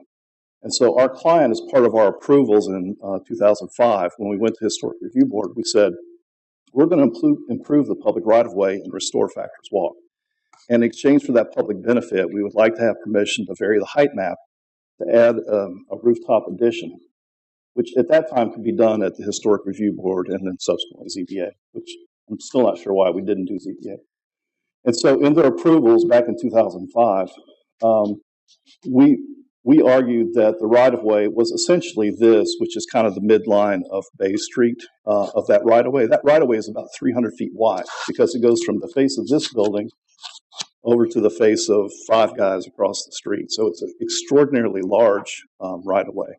And we said, let's split the difference. It's right here. Now, certainly if you move from this part of the center of the right-of-way any closer to our building, it's less visible. But even if you move further across the street, it's not terribly visible. And so the design actually uses a sloped roof that gets, I think, somewhat just like an 8-foot ceiling in the front. So it's very minimal. It is set back about, I think, 10 or 12 feet. The only piece that sticks up is the elevator pop-up, which is required by code. And so we really tried to play this in a way that it would have a minimal visible impact. And so you can see what we're trying to do now is extend the improvements that we've made here to Factors Walk, which, I think we would all argue that that's far superior. We've restored the granite curb, the bridges, the stonework down below, sort of that open natural character of Factors Walk. And our goal is to do the same with this liquor store, which also has concrete and parking right out front. Again, the building that we're proposing, the rooftop addition, would extend in that same roof line, and it wouldn't even extend all the way to the Bohemian. It would stop short on all sides as required by review board, so that it's minimally visible. With regard to rooftop additions not being visibly visible, there have been, I know, 3 variances granted for rooftop additions that were called minimally visible by the Zoning Board of Appeals. 2 rooftop bars that I can think of, and then 3 rooftop bars in this probably a 3-block area. So there has been precedent even within the last 2 years of granting those variances for rooftop additions that are minimally visible, and we think this qualifies as that. I mean, there's no windows, there's no, palm trees, lights, nothing. I mean, it's really, we've done, I think, a good job of trying to make it minimally visible. I will further say that this project was honored with Historic Savannah Preservation Awards after its completion. So we would just respectfully ask that you would grant the text amendment to the height map so that we could continue what's been a very successful improvement for Factors Walk and benefits the public. Any questions of Mr. Dawson? Yes, Mr. Cook. The second floor above the liquor store, is that going to be more rooms for the hotel? It will be. Right now, we're currently planning to make some kind of coffee shop or a little amenity space on that. And again, it would be open to the public. You could walk across Factors Walk, the bridges, the whole deal. So we're trying to improve the public experience. Any further questions of Mr. Dawson? Mr. Lotson, you have something you wish to add?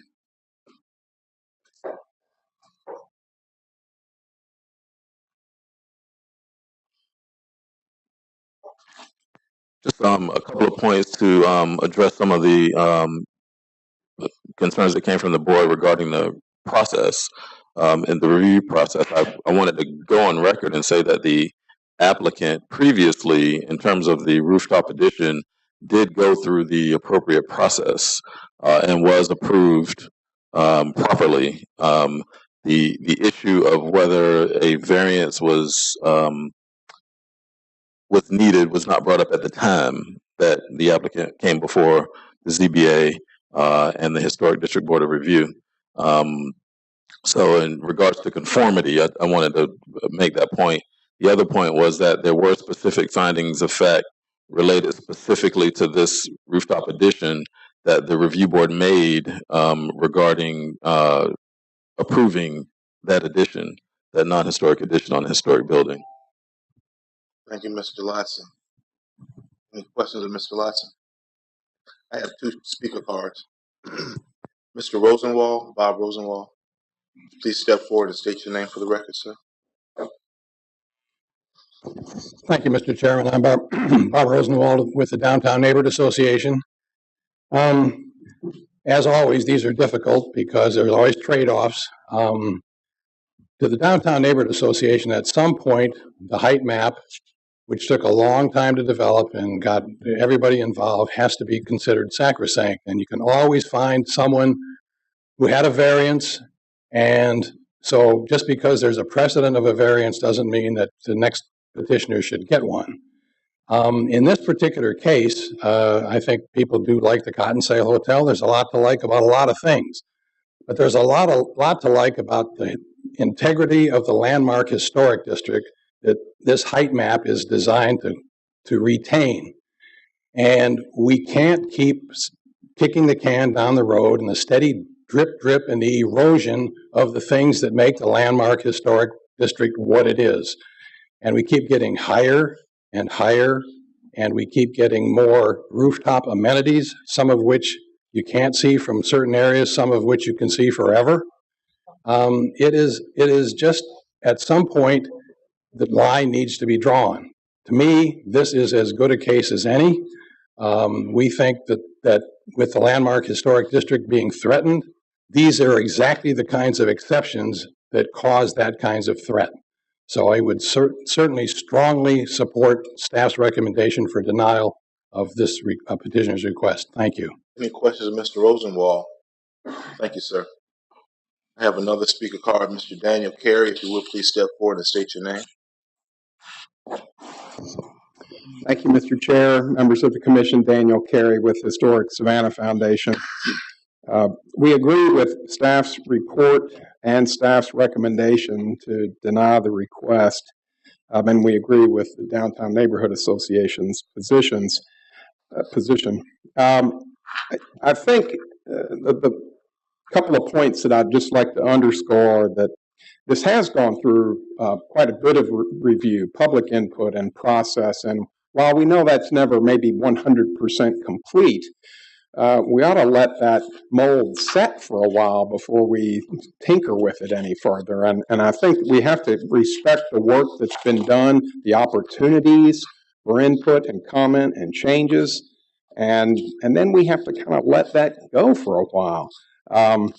And I think this is too much too soon, and it's also seemingly very self-serving for this particular property. So I think that the number of changes that have occurred is one argument, and I do understand that. The petitioner is right to say, gee, look how many times we've changed it. But I think the opposite view can be taken as well, which I think is what Mr. Rosenwald was saying is, gee, how many times can we change this and still have what we have? So a challenge to be sure, but what I note more than anything is the endangered species sort of aspect of the buildings with their original height, mass, and configuration. And there are very few of those left along what is essentially our front doorstep in the landmark district. And we would respectfully ask that be respected and that the application be denied.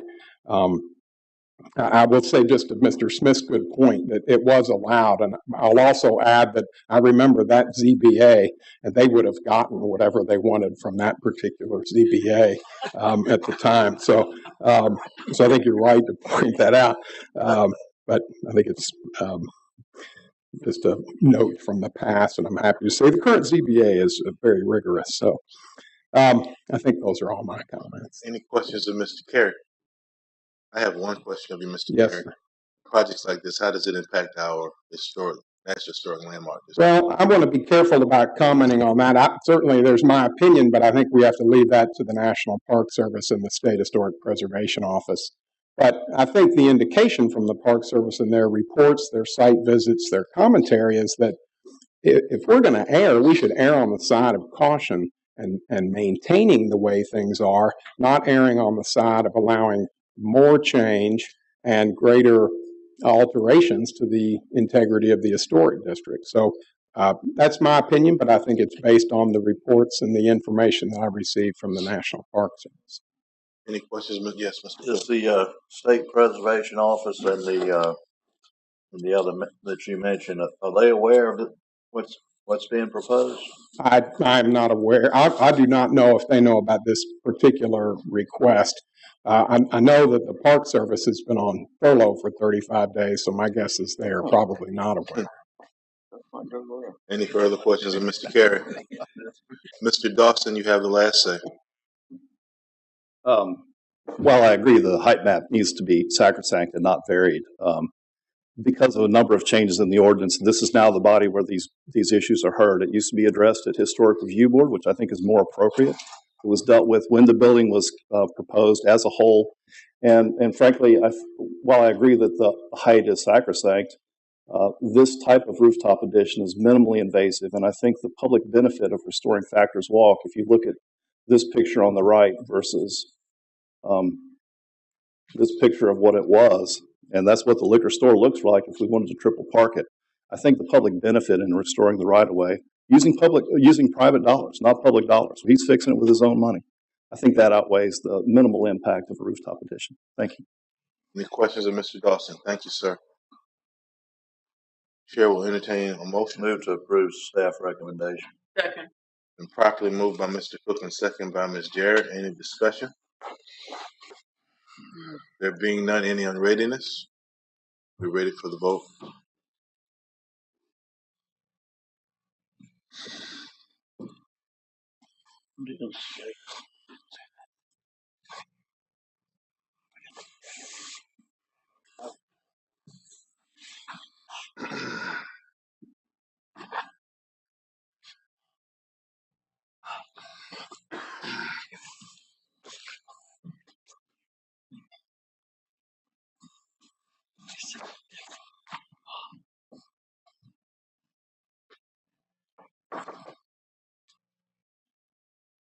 No. We'll fight it. Motion carries. Next on our agenda, formerly item number 12, currently number 11, rezoning map amendment 703 Louisville Road. Mr. Lonnerstetter, please.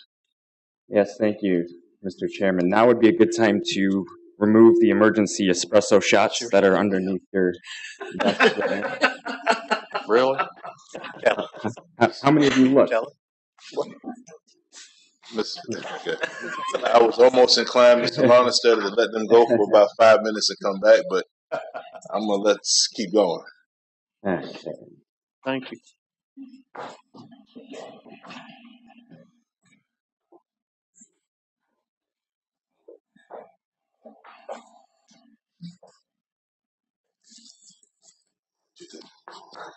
Okay, at request with this agenda item is to rezone a site comprising 2 parcels from its existing PRIPD, which stands for Planned Medium Density Residential, and IH, which is Heavy Industrial, to a single PRIPD, Planned Medium Density Residential, in conjunction with a general development plan. Now, the site is comprised of 2 parcels that are located on the south side of Louisville Road, just to the north and west of the Savannah-Ogeechee Canal. The northern parcel, noted here as the original parcel, is 1.64 acres and is owned by the petitioner and the developer. And the surplus parcel here, which was formerly owned by the city of Savannah, and the developer is in negotiations with the city to purchase the surplus parcel and combine it with the original parcel. The developers have submitted a development agreement, which has been signed by the city manager, showing the intent to purchase this surplus parcel. That is included in your packet. The site is located within a flood zone. Aerial view might be better for this. And this grassy area here is a wetland, which will be subject to Army Corps of Engineer permits for any improvement to those wetlands. I do also want to note that the subject site is not within the National Landmark Historic District, but is immediately adjacent to it. The east side of West Boundary Street here is the National Landmark Historic District. The original parcel, so this northern parcel, is currently improved with a 1-story building known as the Seaboard Freight Station. Some pictures here. The building was constructed in 1929 and is approximately 71,000 square feet in size. It consists of a small, or when it was originally constructed, this was a small office and the warehouse was to the west of it. I want to note that the building is not currently on any historic registers and is not on the National Register of Historic Places at the current moment.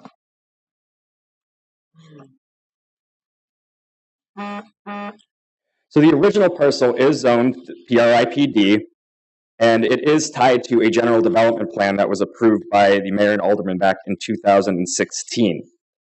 The general development plan, which was for a 140-unit student housing project, did call to incorporate a portion of the existing Seaboard building into the design. The southern parcel here is not zoned. There's actually IH, retains an IH zoning.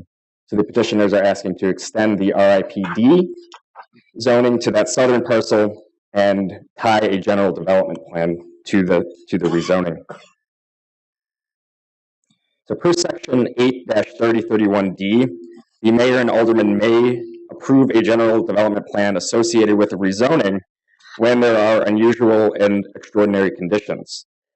Staff finds that given the site's proximity to the local historic districts, its location on the Ogeechee Canal, and location along Louisville Road, a major entrance into the downtown area, that this unusual and extraordinary provision does apply, and that a general development plan should be tied to this rezoning. So the petitioners have submitted a general development plan. I do want to note the RIPD does allow a maximum 100 dwelling units per gross acre, and the petitioners are intending to maximize that out with a 255-unit multi-family development. This constitutes the general development plan. We do not have any formal renderings or building elevations that have been submitted, but the petitioner has indicated on the site plan that it will be a 7-story, 90-foot tall building that has 255 units. Again, the RIPD district does not have any setback requirements, as it was initially intended to be a downtown district. So the petitioners are proposing to build right up to the property line along Louisville Road and are proposing to be set back 20 feet from the edge of the canal. The petitioners, as opposed to the previously approved site plan back in 2016, the petitioners are proposing to completely remove the Seaboard Freight Terminal to accommodate this project. The RIPD district sets a maximum 75% building coverage. As proposed in their GDP, they're at 71%. However, the tree and landscape ordinance also has a 20% minimum green space requirement for multifamily developments. And the city's Park and Tree Department has provided some initial comments. They do have some concerns that that 20% requirement may not be able to be met given the proposed arrangement of the building. In terms of parking, 1 space is required per unit, so that's 255 spaces, as opposed to a lot of other projects we've seen. This one actually is overparked with 357 spaces proposed in an internal parking garage proposed right here. There's also, there as a cat route on Louisville Road, a note on the GDP indicates that as part of this development, they will be redeveloping a cat station, which is located near the northeastern corner of the site. Additionally, a note on the site plan states that stormwater runoff will discharge to the canal, and that green infrastructure and low impact development will be used for stormwater management. However, details have not been provided regarding what types of stormwater and green infrastructure management techniques they will be using. When reviewing a straight rezoning, there are 6 criteria that both the Planning Commission and City Council are to consider. These criteria primarily relate to the density, the types of uses, the traffic, and the external impacts that the proposed zoning district will have on the adjacent area and the surrounding neighborhood. Now, given the existing zoning adjacent to the site, you have BC, business commercial, RIPD to the south, which is actually this is a student housing complex, which was approved under a general development plan similar to what's being proposed here. And to the north, you have business commercial. So the RIPD district itself makes sense in this area and is logical. However, given that the extraordinary and exceptional provision is being applied, we can now analyze and comment on the actual use and development plan being proposed. So staff has several concerns regarding the general development plan that is proposed to be tied to this rezoning. First is regarding the Seaboard Freight Terminal building. Again, because it's not in the landmark district and it's not on the National Register of Historic Places, there's some uncertainty as to the power we have to preserve this building, but staff does feel that a lot more can be done with regard to the building. Instead of tearing it all down, maybe a portion of it could be incorporated into the design, similar to the last GDP that was approved, or at minimum, some portions of the building, such as the historic sign and some of the bricks, can be incorporated and saved as well. Staff would like more information on the anticipated unit mix. We have 255 units being proposed, but information has not been provided regarding the number of bedrooms in those units. We'd also like more information regarding the details of the green infrastructure and an idea of how they're planning on meeting the minimum 20% green space requirement. We also ask that the petitioners, if they have it available, present some concept renderings and building elevations to the MPC for your consideration before making a determination. As such, however, staff does find that the proposed rezoning to the PRIPD district is appropriate, and that the general development plan as presented is appropriate for these concept stages, and that many of these issues can be addressed during the specific development plan stage. Therefore, we do recommend approval, subject to the following conditions. One, that the anticipated unit mix be provided to the MPC board prior to making a determination. Two, that the petitioners clarify how that 20% green space requirement for multifamily uses will be addressed. Three, that details regarding the type of green infrastructure and low impact stormwater techniques that they're planning on using will be presented to you. Four, that some concept building renderings and elevation be provided. Five, that per discussion today, some aspects of the historic freight building should be incorporated into the design of the building. And six, that the developer shall comply with the MPC's policy for documenting buildings prior to demolition. And that's attached to your agenda. The MPC does have a policy document that outlines what needs to be provided to the MPC before the demolition of a historic structure. I also do want to note that we have received several letters in opposition to this project, primarily relating to the demolition of the historic structure. Those have been attached to your agenda for your review.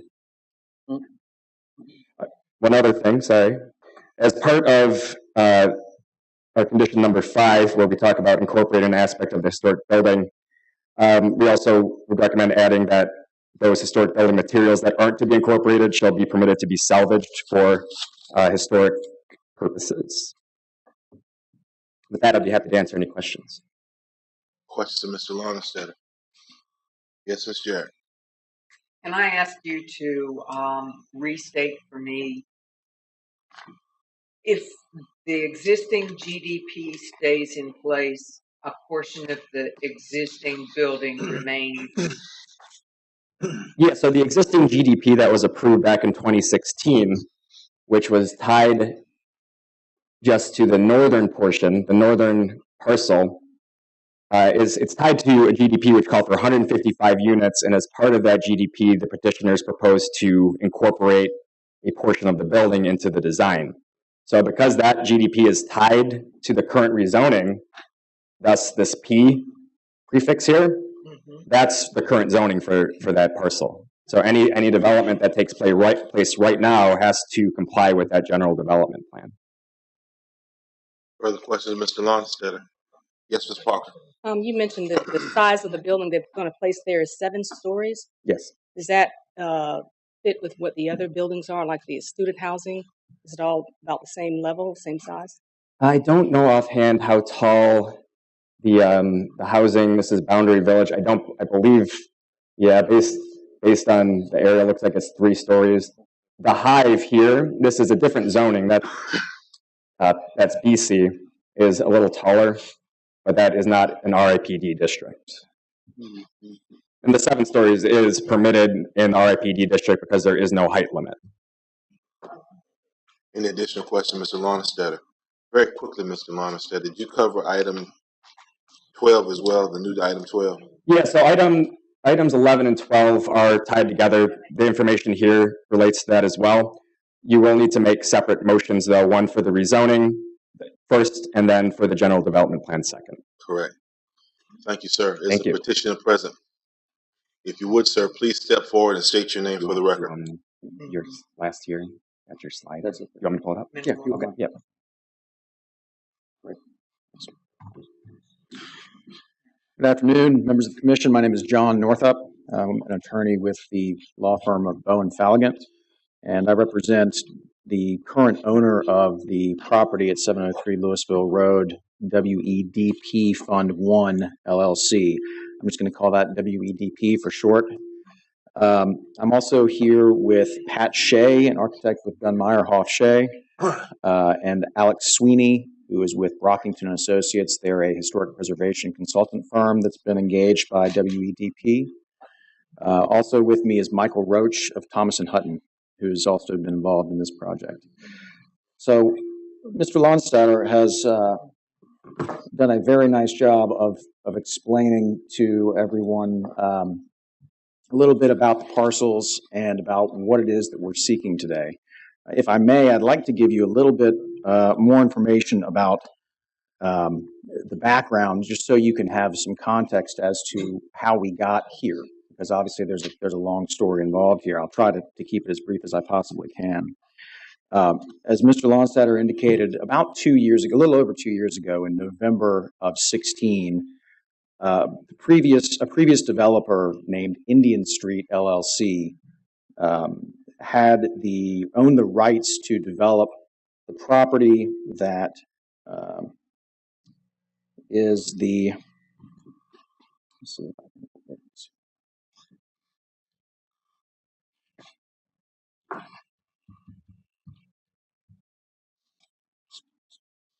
The property that is the original property, which is not indicated by the blue hash marks here. That's the 1.64 acre property.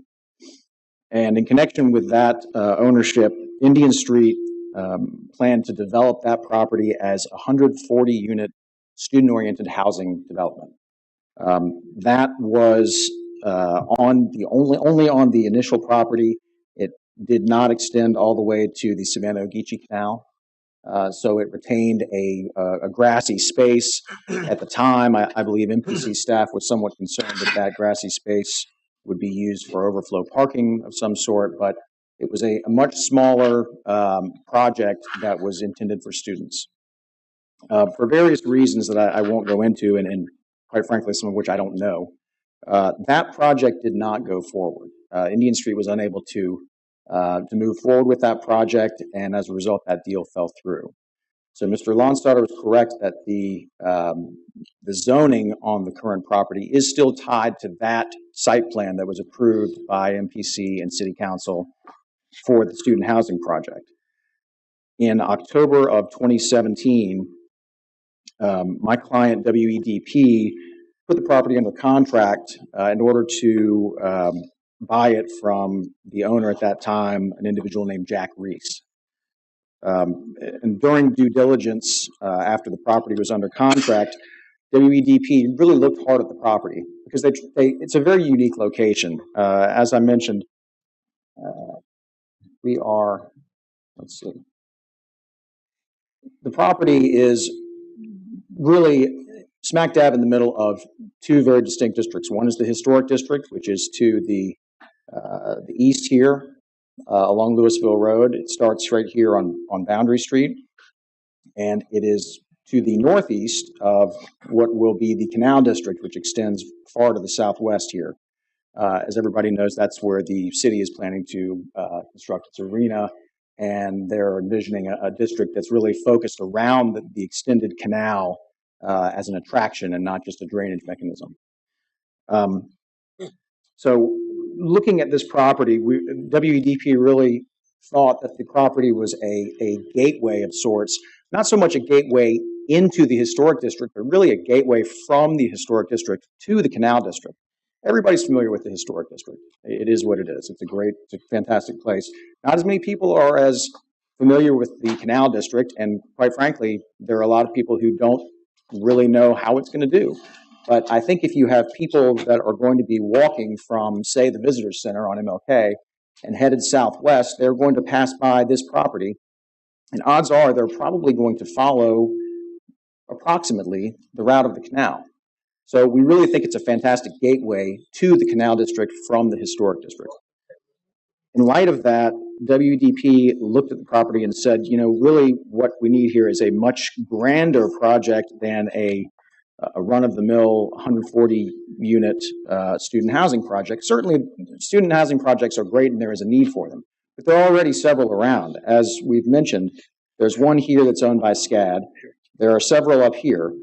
There are a lot of student housing projects. Again, nothing wrong with them, but WEDP's vision was to construct something that would really be a lot more grand, that would be admittedly bigger, but would have a number of amenities that would attract not just students who have 4 per dwelling unit often, and I think that was the plan for the previous development, the student housing development. These are going to be 1 and 2 bedroom units, and they're not going to be marketed to students. They're going to be marketed to young professionals that we believe are going to see this as a great place to be. It's very walkable, and as Pat Shea will walk you through in a minute, we believe that this is just a fantastic location that needs something that is a little bit bigger and also that embraces the canal. Right now, the canal really is a bit of a glorified ditch. It serves its purpose, but if you drive along it or you walk along it, there really isn't a whole lot there. It's a lot of grassy banks. You know, really, I think, as I'll get to in a minute, the city has looked at the canal and they've said, yes, it does serve a functional purpose. It drains the west side of Savannah, which is very low-lying. But I think part of the idea, at least with the canal district, is to turn the canal area into something that is an attraction. And so with that, I'm going to hand it over for a minute or two to Pat Shea, who can walk you through some of the renderings that his firm has come up with and give you an idea of some of the amenities that we're envisioning with this project. Mr. Shea, you have 3 minutes, sir. 3 minutes? Yes, sir. For 9 slides. The details of the project have been discussed in the staff report. I would like to point out that the construction that we're proposing will be FEMA flood zone compliant. The existing buildings actually are not. The existing buildings are below the required FEMA flood zone elevation. And we do very much intend to add all of the tree quality points with actual trees. How do I advance this? Can I do that? Yeah, right and left. Okay, so this begins to give you an idea. If you were on the high bluff of Savannah, looking out toward the development, you can see the improved canal and the improved canal edge that's to the left of the project. And also, a big part of the project is actually the improvement of Louisville Road itself, to try and start the process of making Louisville Road into a complete street instead of a country road such as it is right now. Now, this is conjectural on the north side of Louisville Road, but it gives you an idea how that process will begin, and so we will be able to urbanize Louisville Road and set a precedent for what comes further to the west, hopefully as the canal district opens up and expands. And you can also see in this that the canal itself, as part of the development agreement, will actually be improved and widened. And this is really important because right now, the hydrology is badly constricted by the I-16 flyover here and also by the viaduct, and that becomes relevant to some of the later discussion.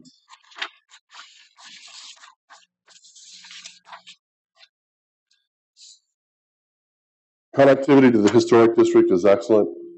We think the walk score from day one will be 74, which will be very, very good, so that the people that live here in the market rent housing will have the opportunity to work and live in the downtown area. Mr. Chair, I gave you 2 additional minutes. Would that help you out?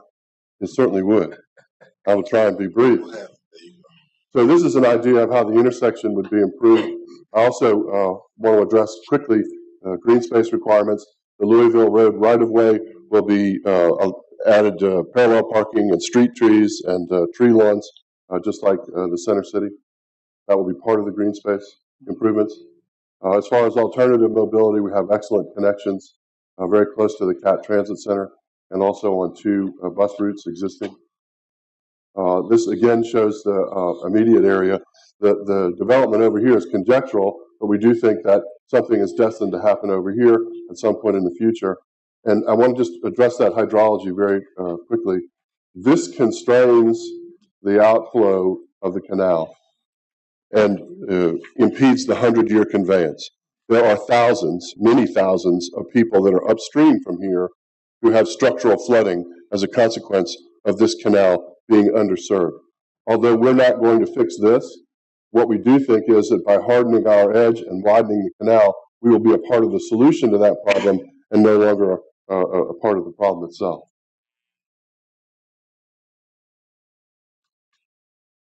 Any questions of Mr. Shea? Mr. Woody, Ms. Jarrett? Can you go back to the previous slide? We're looking at volume. That's correct. The development that we're talking about is right here. Includes that area, and that's where the building is located. These are outdoor roof gardens that are part of the building but are elevated above the street level. This is half of the project. I mean, EDP is also doing the other part. This is conjectural, purely conjectural about what might come in the future. That's currently city-owned land, and there has been discussion, although not definitive, as to the release of that at some point in the future. Ms. Jarrett? My questions are engineering related. As far as the drainage goes, I see that you have the canal widening, but I'm assuming that by removing the building, you intend to raise the land to get out of the floodplain. Is that correct? You're going to be filling to get out of the floodplain? No, ma'am. What will be is the lower 2 levels of the building will be structured parking, so that'll be concrete framed.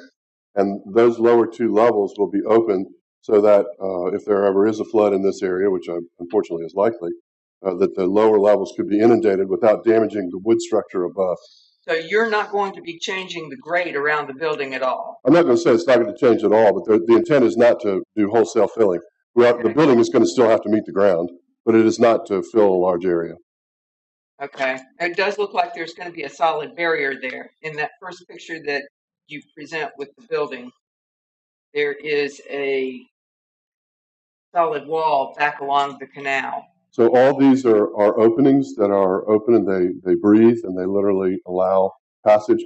This one area is facing Louisville Road, so that will be glazed, and the floor will actually be elevated so that it's above the floodplain elevation. Okay. Okay. And the rest of the building will be in the floodplain, but with the livable floor areas above the floodplain elevation? Yes, well above the floodplain, yes, ma'am. But you're still taking up storage where the floodwaters go now, or basically you're allowing the water to flood in and flood the. Yeah, the idea is that the lower stories of the building could actually be inundated, so it won't be utilizing any of the flood basin capacity. Okay, and the tenants' cars will be flooded? What's that? The tenants' cars will be flooded? Well, if you're parked on the lower level and you leave it there for a 100-year storm event, there's a very high likelihood that your tires are at least going to get wet. Are you doing a full flood study for the canal and the changes that you're making to the canal? Because upstream and downstream, if you change the width of your canal, upstream and downstream, there's going to be an effect on the channel that's going to erode. It's going to be constricted in places. You're going to change the way the whole system functions. So let me explain to you that right now the constrictions are upstream here, especially, and also where it goes under the viaduct. We're actually going to be widening the canal, and that's been studied for over a year and worked in conjunction with the city of Savannah's water, and the drainage departments. The Corps of Engineers is aware of the project, so there are improvements to be made, but This is going to add capacity to the ability of the canal. It's not going to detract from it at all. Okay, as far as the transportation components go, you have 255 units that are going in here, and you envision this other building on the other side. And right up the street there, I can see part of the Children's Museum now. And I know that the Visitor Center and the Savannah Museum are right on the other side of the road, with the Central of Georgia Railroad Museum on the other side. Louisville separates the Savannah Museum from the Railroad Museum. Yes. And there's a walkway that goes in between the two. Yes. And people have a very difficult time. I have a granddaughter, so I travel there quite a bit.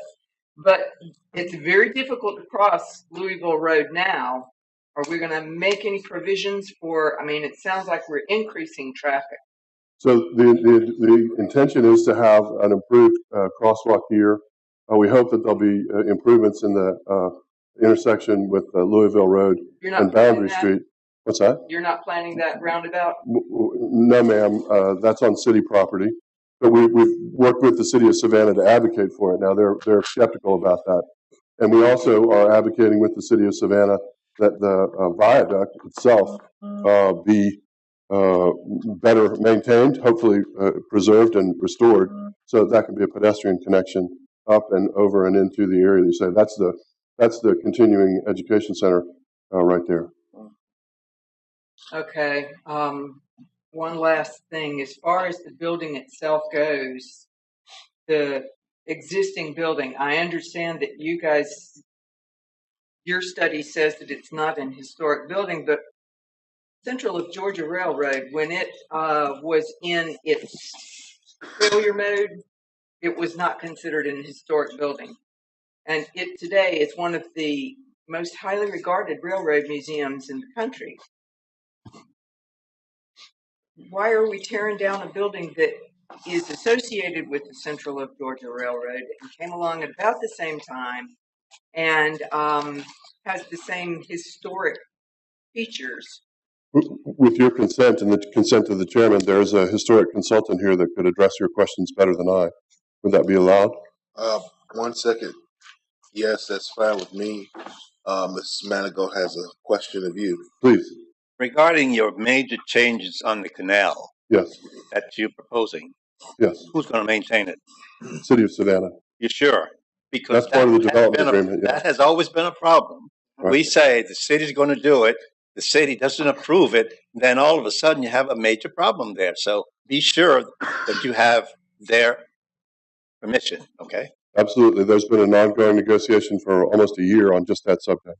That's very important. Okay. Yes. Southers. Mr. Shea, in looking at the renderings that you provided us, I find this building to look very institutional. It looks more like a hospital than it does a residence.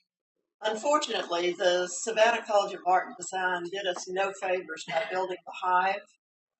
And in this area, if we put another building that looks institutional, we're really going to lose the concept that Sotil and Sotil is trying to sell on this canal. Is there any way that we can beef up this building to give the appearance beyond a hospital? Our intent is, and I'm sorry if the elevations are small and it looks like a hospital, our intent is, to the extent that we can, which is large, that we would try and use the same principles and techniques that would be used if it were in the historic district, to break up the massing, to use the materiality. So it will be brick and natural stucco. It's going to be kindred spirits with the same type of development if it were within the city's historic district zoning ordinance. I'm not going to say it's identical, because it would be very unusual to have a building with 2 stories of parking on the lower level down there in the floodplain. Of course, the city of Savannah's historic district zoning ordinance applies to the high bluff of Savannah. There's very little that's down that low. But yes, we agree with you, and we are committed to working to make sure that it is a high standard. Any additional questions, Mr. Shea? I believe you said you had a historian. Yes. Did you present in 3 minutes, sir? Yeah, I mean, I don't really have much of a presentation. I'm just going to address sort of her questions in the process. I'm Alex Sweeney. I'm with Brockington Associates, and we do the cultural resources consulting for this. And our big part is dealing with the federal permitting process as it relates to this project. So a lot of our part of this has been, one, we did an evaluation of the building itself, and then we've also been working with the Corps of Engineers and also with the State Historic Preservation Office and moving forward and dealing with the mitigation for the potential loss of this building. In our initial assessment that we did in 2016, the senior historian for our firm came out and evaluated it as not eligible for the National Register of Historic Places.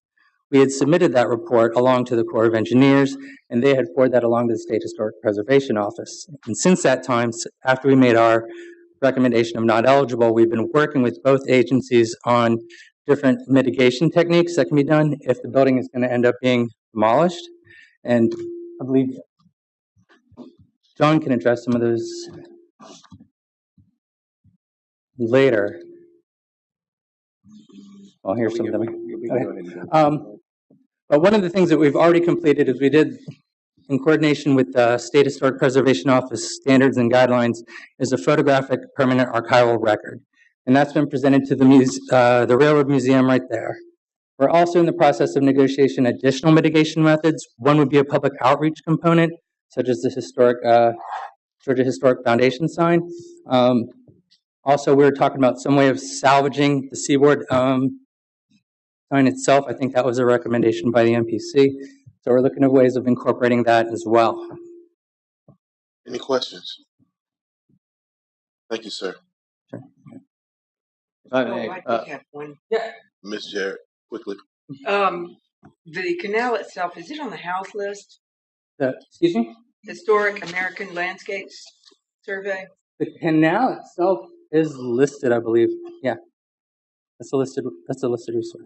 So we're going through all of the proper channels to get that. That's still part of the core permitting process and dealing with that, and we haven't sent that application yet, so we're not at that point to make an assessment of effects to the canal itself. Do we have any kind of feedback from any of the governmental agencies involved? Yeah, when you have a specific design in place for what you're going to be doing to that canal, then you have to do a formal assessment of effect. And so we're waiting on that finalized plan for what they're doing with the canal in order for us to do that study. But both the Corps of Engineers and the State Historic Preservation Office are well aware of this project, and they've been consulted throughout. Thank you, sir. Mr. North, do you have anything further? I do just have a few things. And I think we just skipped around a little bit through our presentation. That's fine. There are two things that I really wanted to talk about. The first is the development agreement that we've got with the city. And I think I alluded to it earlier, but effectively, when WEDP decided that it wanted to make this bigger project that embraced the canal, it knew that it had to have have this additional property, the surplus property that's crosshatched in blue here. So what that led to was a lot of discussions with the city. Those started in about December of 2017 and continued for the better part, I'd say, of about 10 months. And that was with city staff, city attorney's office, stormwater, drainage, to make sure that we are doing everything that is consistent with the city's vision for the canal. And what we learned is that the city is not only wanting to promote the canal district and private development in the canal district, but it wants to make sure that the canal district, as Mr. Shea said, that the canal has enough conveyance to sufficiently drain the entire canal area in an event of like a Hurricane Irma type of situation. So we've worked with the city there. The discussions led to the development agreement, and the terms of the development agreement are really that which again was approved by City Council on November 20th of last year, is that the city would declare that surplus property surplus and sell it to WEDP for its fair market value. We've had it appraised.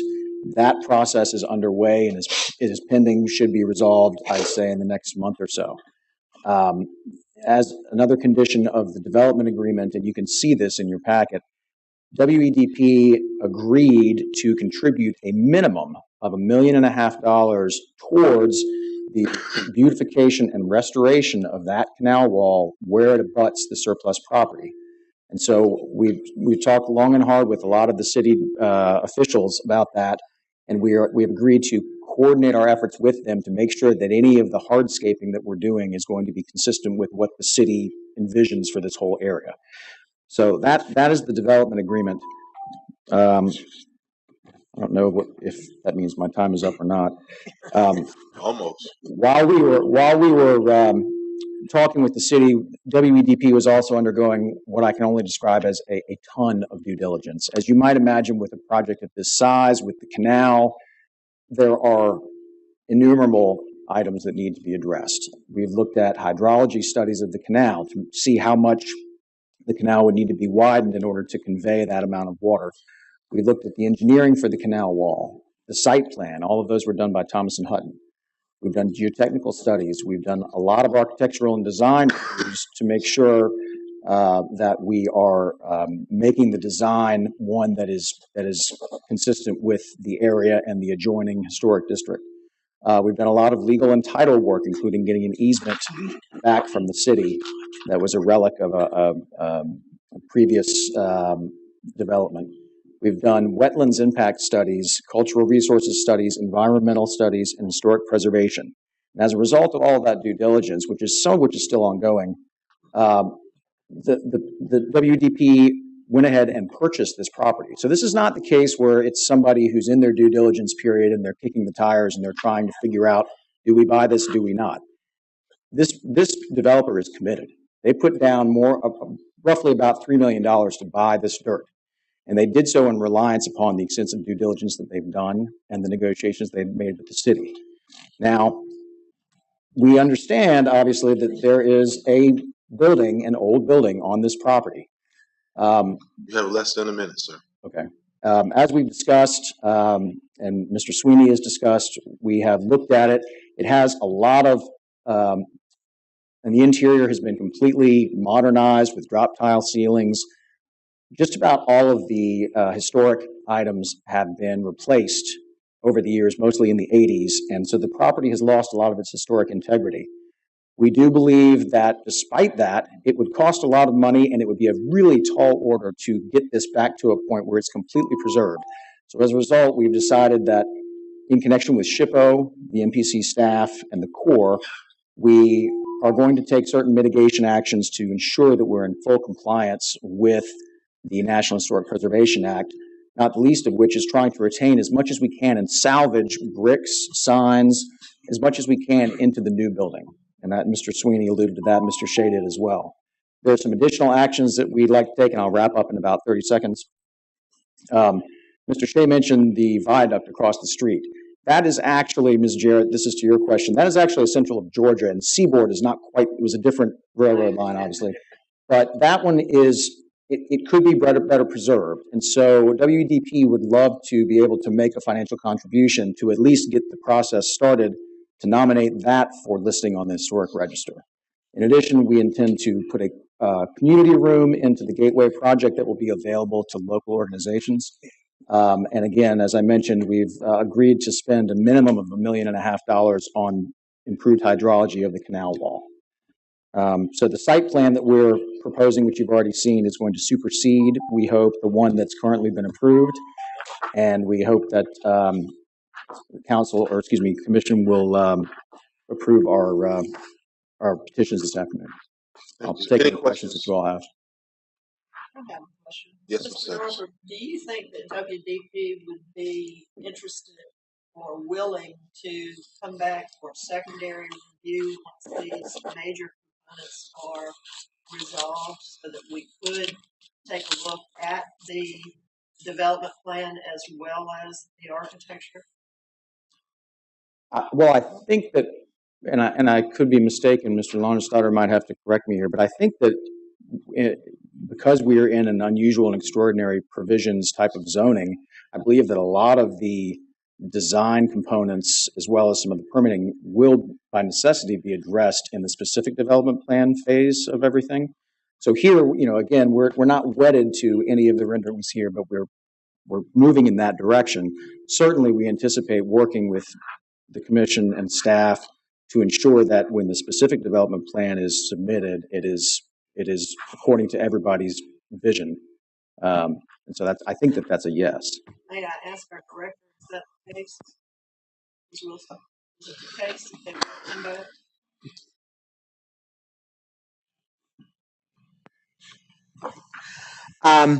If he has just acknowledged that they would be willing to come back to let MPC see the final design once they work on it. So that would be something that you could put as a condition if you decided to move forward with the request. Anything further, Mr. Northrup? Thank you, sir. Thank you. I have 14 speaker cards. Oh. 14. I would ask that you be brief, succinct, concise, and precise in what you have to say. If you hear someone that is saying something that you are going to say, and you're not going to add anything to it, it would be nice. I cannot stop you because this is a public hearing, and I want each of you to exercise your democratic right to speak about a subject that you apparently are very passionate about. Having said that, I'm going to limit, because I do have 14 speaker cards, to 2.5 minutes. And I think that should be able to get most of you in and out of what you wish to say. Having said that, first speaker card is to Connie Shreve. If you would, ma'am, please state your name for the record when you come to the lectern. And you have 2.5 minutes. Yes, ma'am. I will not start the timer until you get there and say your name. Okay. My name is Connie Shreve. I'm don't have a speaker here for me today, so I just wanted to come to discuss this property. And I'm very surprised. I'm from the Savannah Ogeechee Canal Society. I'm on the board there, the board of directors. In the past, we, the society, and the city of Savannah and Chatham County came to an agreement about a trail plan. And I think that maybe a whole lot of people don't even remember that because it was a very long time ago. But we did all of that list that they just showed, and we did all the historic studies. We had Thomas and Hutton working for us, and we checked the hydraulics of the canal, and we made some, well, we didn't, but the Historic Preservation National Park Service made recommendations along with the Corps of Engineers. There was some confusion right now about the ownership of the property that the city is trying to relinquish to this developer. According to the records of the Savannah Ogeechee Canal Society, we paid taxes on that property until 2002. I had property cards for 3 properties, and just recently I had to send in my information about why we don't pay taxes on our 3 properties, because we're a charitable organization. I had to prove that. Of course, I came running in here to talk to your mapper, and he takes it and looks at it, and the map and parcel number of the Louisville Road property that the Savannah Ogeechee Canal Society thought they owned has a different description. What I'm asking today is for this commission to wait for this because we weren't ready. We weren't aware. I wasn't even aware of this meeting. I was in the woods giving a tour earlier when I got a call about the meeting today. We are now back on board. The Savannah Ogeechee Canal Society will be at every meeting. It might not be me, but it will be one of our board members. We have a plan already for that piece of property, regardless of ownership. There is a trail plan in effect for 16.5 miles, and that's from 681 Fort Argyle Road all the way to the west end of River Street. We have conceptual plans for all kinds of projects that we were to do, including a bridge right there at Louisville and helping fix that walkway. And I want y'all to know that we're back on board, and we are very distraught about that land going anywhere because it is on a trail. Any questions of Ms. Shreve? Very quickly. Any questions? Thank you, ma'am. Thank you so much. Thank you. Next speaker card I have is for Jason is Aaron's. If you would, sir, please step forward, state your name. You have 2.5 minutes. Hi, my name is Jason Aarons. There was a belief that the building was going to be preserved. I understand this is a completely new project under WDP. That is such an amazing building to me. We lost a great cultural spot with Muse closing. I would like to see something done with that building. I feel like it would be more advantageous to bring businesses in to use it. I know that that's your plan for the people who bought it. I also worry about the size of the building, the height, and of course the modernization of that area, even though it is not in the historic district. I could see a building like this being quite beautiful if it's built in the same style as the freight building and incorporated those buildings and those bricks that have stood there since 1928, 1929, if they match the surrounding area. I see what some people call progress as we build out further into the Canal District, not as modernization, but the erasure of Savannah's character. Thank you. Any questions, Mr. Aarons? Thank you, sir. Next speaker card is a Linda Barnes. If you wouldn't, ma'am, please step forward, state your name for the record. You have 2.5 minutes, ma'am. I'm Linda Barnes. I am not an architect or a designer. I'm just a regular citizen. I live in an 1892 Victorian in the historic district. I understand that this is called the Gateway Project, and although one gentleman said it's the Gateway looking a different way, I see it as a gateway to the historic district. And it just seems like a real shame not to incorporate this historic building, even though it's not on the register.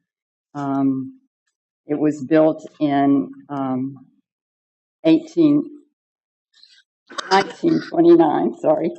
And I don't think it's just a shame to say, well, we're going to use the sign, or we're going to have a marker that says this is where the building used to be. So I would hope that somehow it could be incorporated. Thank you. Any questions of Ms. Barnes? Thank you, ma'am. Next, I have a speaker card for is it Mr. Sweeney? Oh, that was you. Okay. I have a speaker card for Daniel Carey. Please state your name, sir. Yes, sir, Mr. Chair. Daniel Carey with Historic Savannah Foundation. I will try to stay within my 2.5 minutes, but if you could allow me a little bit more, I'd appreciate it, or somebody else may want to cede some of their time. I think the first thing to point out is there's 14 people here to speak in opposition to this, and I think that is significant. There's also been a lot of reference to a memo that the applicant put forth, and I'd like to bring your attention to the memo that we provided MPC staff yesterday. I recognize it's 68 pages, but the first 3 pages I think are the most critical, and I ask your attention to that. We respectfully disagree with the MPC staff's recommendations here. And in fact, as I was in the pre-meeting, it seems odd because the whole time it seemed like an apology or a reason not to do something, and then they wound up recommending it. And so there are so many reservations and concerns that it was curious to me how we wound up with a recommendation for this, which again, we oppose. And in that pre-meeting, there were questions about, well, what if we allowed demolition? Would that affect, what happens with the Army Corps' permitting of the project? I would think that it would. I would think that if you get ahead of the Army Corps of Engineers on this, that they may take a dim view of what was done there, and that could affect their review of the permit, because in my opinion and my experience, and the consultant that we hired to assess the building's integrity and National Register eligibility, This is an eligible building. And I believe the Army Corps of Engineers and the State Historic Preservation Office don't agree with the consultant's recommendation. That is significant. I think that, if you'll allow, that, yeah, let me just jump ahead and say that we're very confident that the building is historic, that it is National Register eligible. There are a number of questions that you asked of other speakers. One is, did the city council really understand what it was getting into when it made the agreement with the developer? Did they understand that demolition of the building was part of that? I don't know, because it wasn't clear, I don't think. There was a lot of talk about the canal, but not so much about the building. I've talked to a couple of aldermen who apparently did not know that their agreement had something to do with the demolition of the building. Ultimately, with respect to the Army Corps of Engineers, and this is my last point, Mr. Chair, with the Army Corps of Engineers and the permitting all this, I think they're going to reopen Section 106 because the scope of work has changed significantly on this project from 2016 to now. And when they were reviewing the old scope, maybe that was acceptable to them. But now with total demolition proposed, I think that is going to precipitate a reopening of Section 106, and I don't think you should get in front of them on that. That should be completed, and I think they'll come back saying it is National Register eligible, it is worthy of preservation, and that's going to inform your decision going forward. Any questions of Mr. Carey? Yes, Mr. Manigault. Mr. Carey, with your experience and with the consultants that you have used over the years, do you think that we should withhold our approval at this point for the developer and the city, the staff, to come together and come up with something that makes sense? 14 people, that's only a small segment of what was available for the disagreement. And you know, we have a tendency to plan and try to make it work for both sides. But we put the cart before the horse here, and something gonna have a run-in with the other, and we're gonna look kind of ugly. I don't want to be part of that. Well, I do think that delaying this, continuing it, looking at it more carefully, allowing other agencies to complete their review under the current scope of work is prudent. Yes, I think it would be premature to say, yes, let's go forward with this, because I think there are too many unanswered questions and too many opportunities to work something out. I know there's another developer out of town who has some interest in this property. Maybe this could work so that they could get it and incorporate the building. So there are too many alternatives, I think, to the proposed demolition, and not fully, and their plan is really not fully vetted and resolved. So I think it would be a mistake to go forward as presented. Ms. Parker. I have one more question. I'm sorry, follow Mr. Manigault. Mr. Carey, unfortunately, if you've been on this part of the MPC for years, which I have been, I get a lot of crazy calls, and I try to be nice to people because I wasn't appointed. I was actually asked to be part of it. But when two city councilmen call me, it makes me annoying. He says, "Are you guys going to approve it?" I couldn't answer. It's embarrassing to be in a position for something of this nature, which makes a lot of people not dislike us, but realize that we don't know what we're doing. Okay? Ms. Parker? Do you know whether or not there's a certain time frame as far as the completion with the Corps or with the National Historic Review? If there's any time frame before that's complete? I do not. I think this is part of their review and compliance really with respect to Section 106 of the National Historic Preservation Act. And they don't tarry or delay unnecessarily, but I think that they will take the time necessary to give this the thorough review that it requires. and then make a decision. Any further questions of Mr. Carey? Thank you, sir. I have a speaker card for Kevin Rowe. If you would, sir, please step forward and state your name for the record.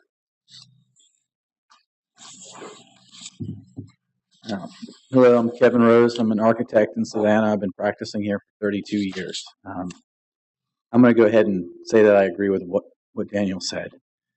I want to debunk a few things that have been put in front of you today. This building can be saved in the floodplain. It's easily done. We've done it. Pinpoint is an example where that has happened.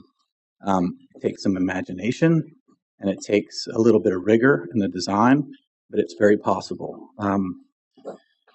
Demolition can't be undone. We've seen a lot of it.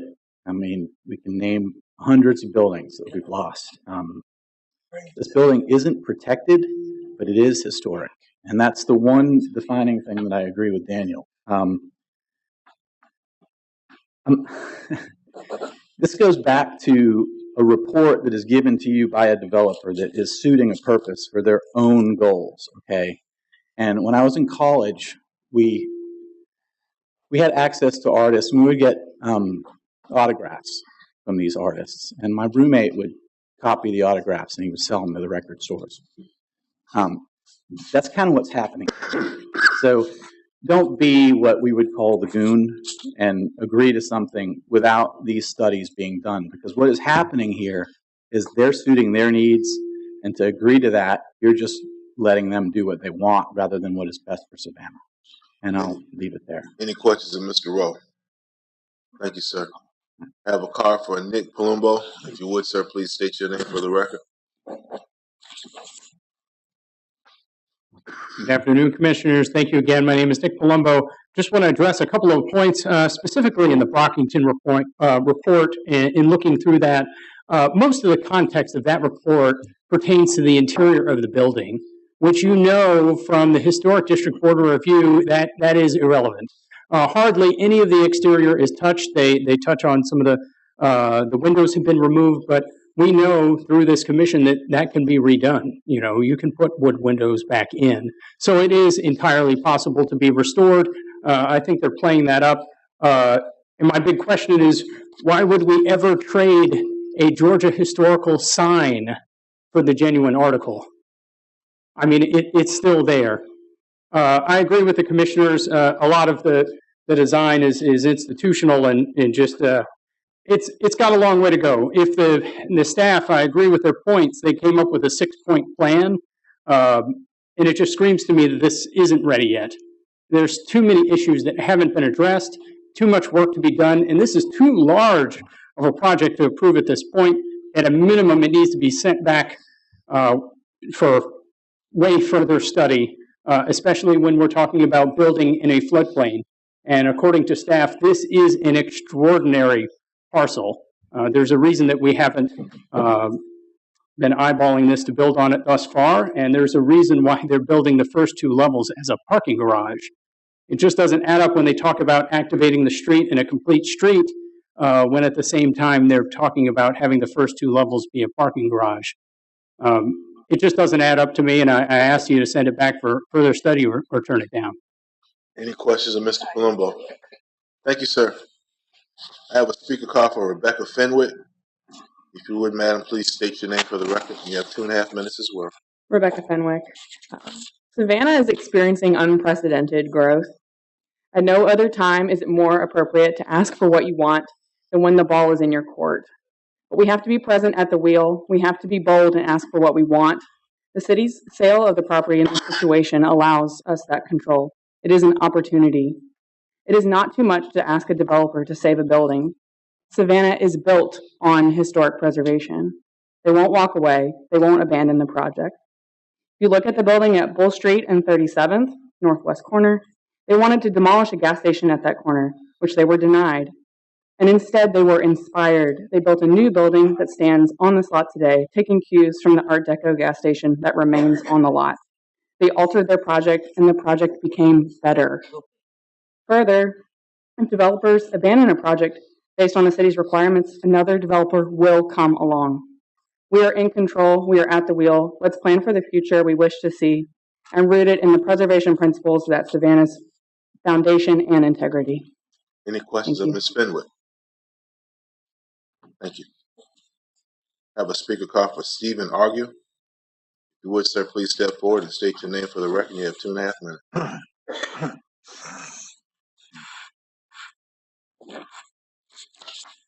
Steve Argue. When I first heard about the proposed demolition of this structure, I looked up to find out how many other railway freight terminals or depots from the steam era built by regional railroads are still existing in the state of Georgia. There's one other one. That's the Georgia Railroad Depot in Atlanta, built in 1869, the oldest building in Atlanta. This is going to be the only other one. I'm not against development, but I think historic buildings and the architectural vernacular that they possess should be respected. I would ask the architect to think about developing a structure that reflects the unique architectural vernacular that exists in these railroad terminals. If this building is not destroyed by building something that reflects that, you've honored it. Thank you. Any questions of Mr. Argue? Thank you, sir. I have a speaker card for Michael Roach. Okay, you did well. Thank you, sir.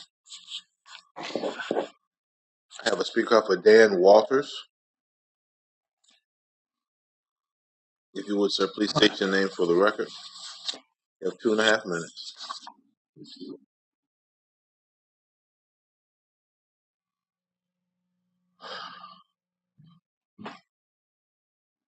My name's Daniel Walters. When I first saw the apartment building, I was kind of wondering where it was going to be.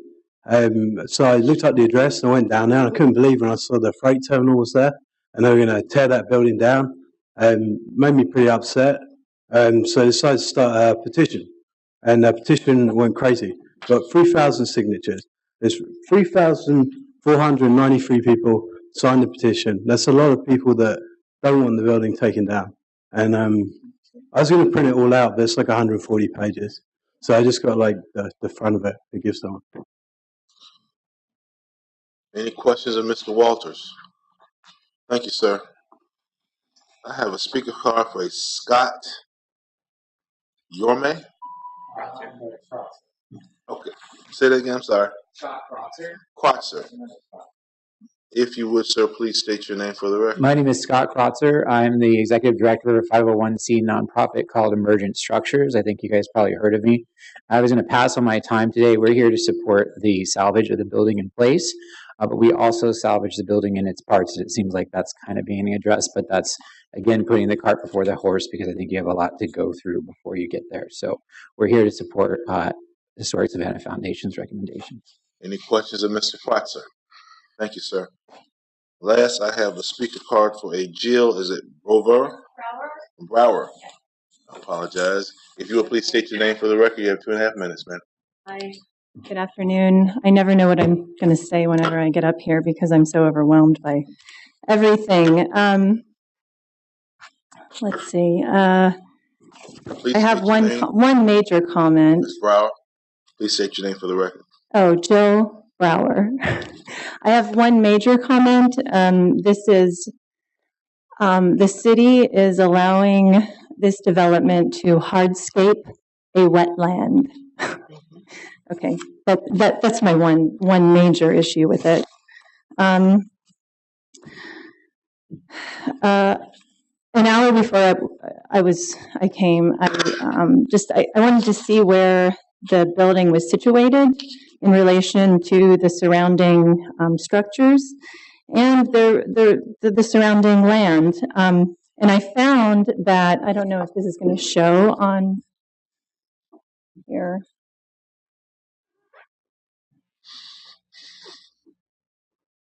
But I found that I was coloring green a whole lot around. I was coloring green around the canal. There's the canal here.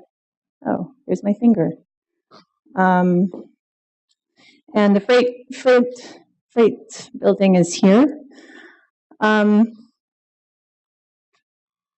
see a lot of green. I see a lot of potential for gardens. I see a lot of potential for parks. I see the green space buffering what is a industrial area off to the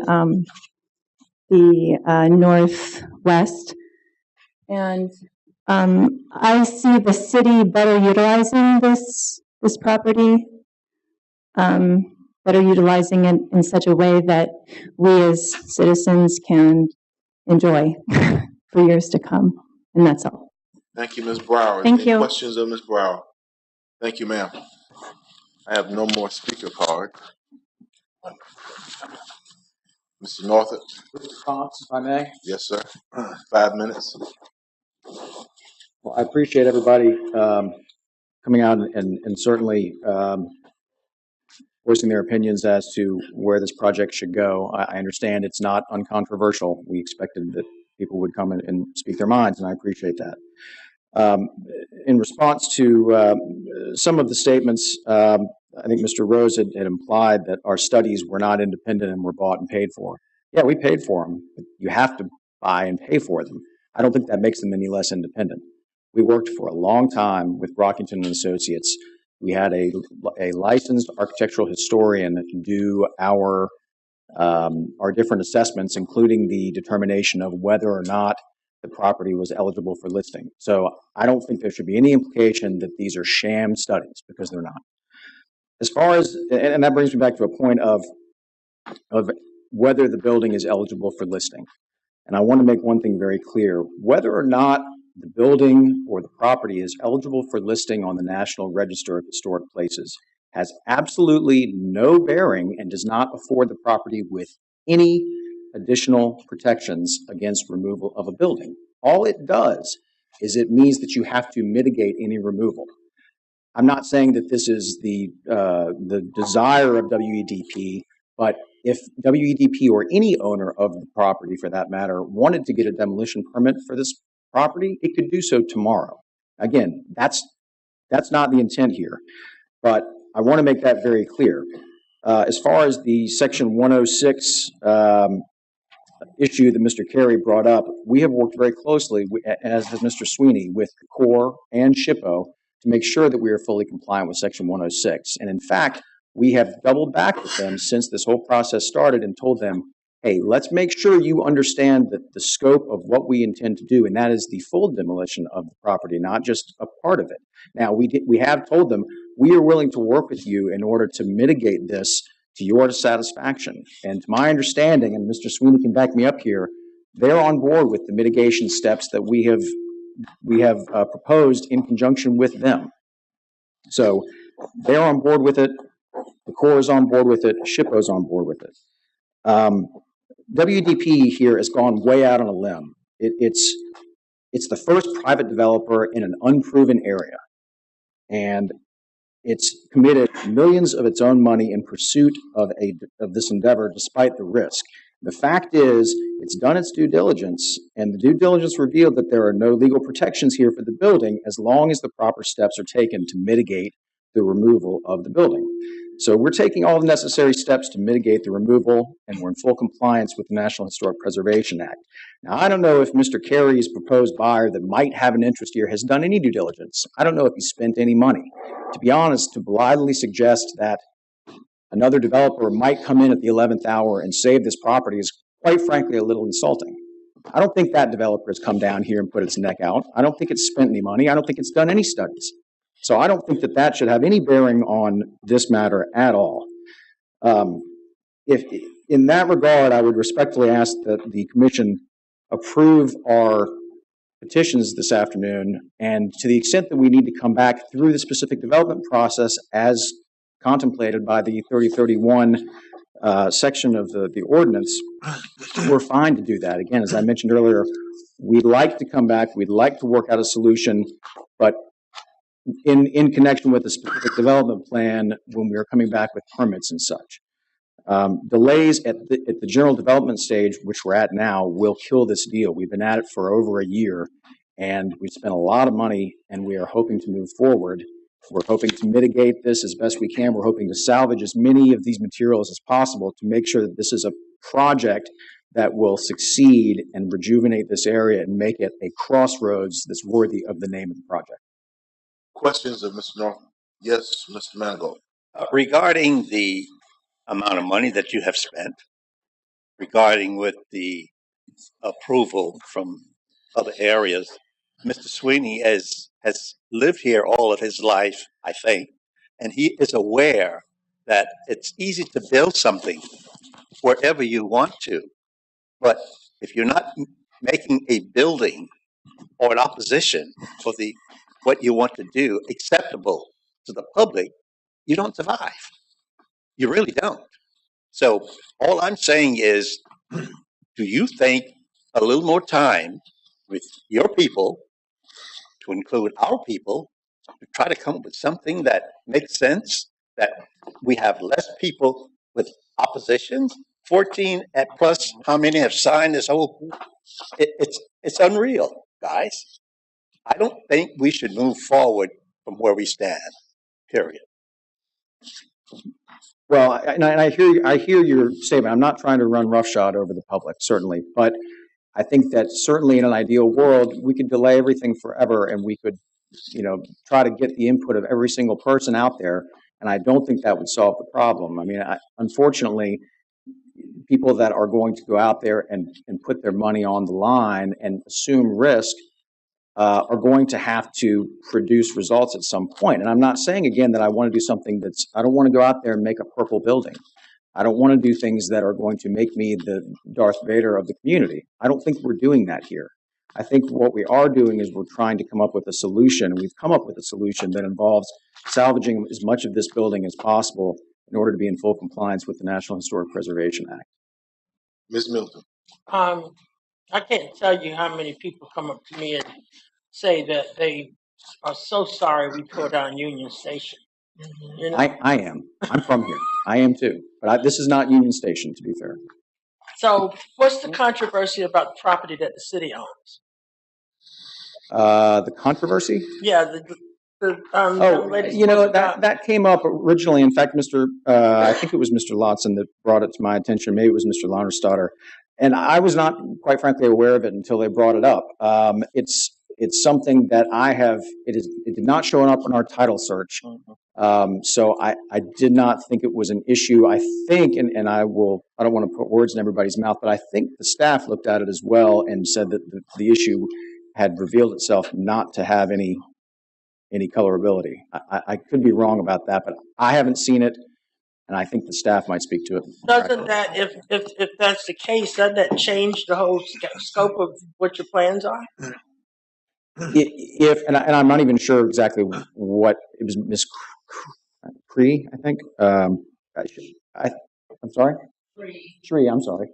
I think she had said that there was some title claim to a portion of the property. And my understanding after it was brought to my attention by staff was that they did have some claim to a piece of property, but that did not, in fact, overlap with the property that we are under contract to purchase from the city. And I'll let Mr. Lotson, if he has a different understanding of it.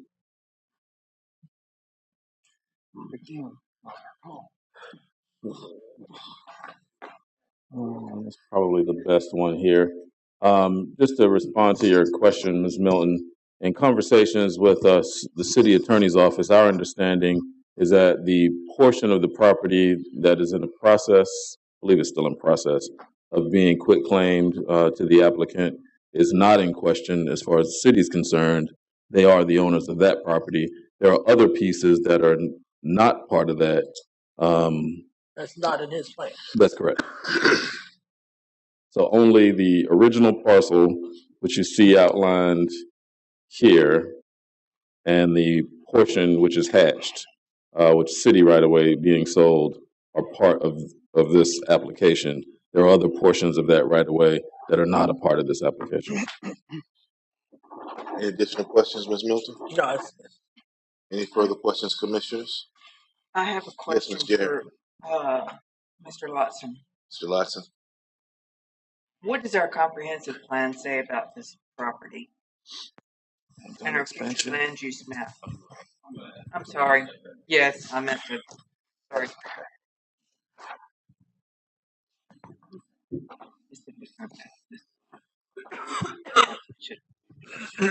The future land use classification, actually for both properties, was Parks and Recreation. And as part of the 2016 review of the original parcel, that staff report stated that the more appropriate designation would be downtown expansion. Although, to my knowledge, nothing has ever changed with the future land use designation. So it's right now Parks and Recreation. But don't they generally put parks and recreation in areas that are in floodplain so that we don't have to worry about the floodplain, that we protect the floodplain? Yeah. Any additional questions? Well, in regard to the wetland, where are you with the section 404 ordinance here? I mean, there's got to be some protection of wetlands. Are you mitigating? Where are you going? We were working with, I knew I was gonna forget his name. Alton Brown's outfit, who is, I think, one of the foremost wetlands consultants in the area. His firm is Resource and Land Consultants, and I spoke with Alton today about it. He told me that, yes, you're right, the southwestern corner of the property does contain some wetlands. We have a nationwide permit for mitigation of those wetlands on the property that we currently own. The property that we are acquiring from the city, the blue crosshatch there, we are currently working with them. And I think part of the Corps' involvement, obviously, with the historic preservation is because we are applying for a nationwide permit on that blue crosshatch surplus property. We need to make sure with the Corps that we are fulfilling all of our mitigation duties. So we're on it. We've got one currently for our property. We are working with Alton to get the nationwide permit on the second property.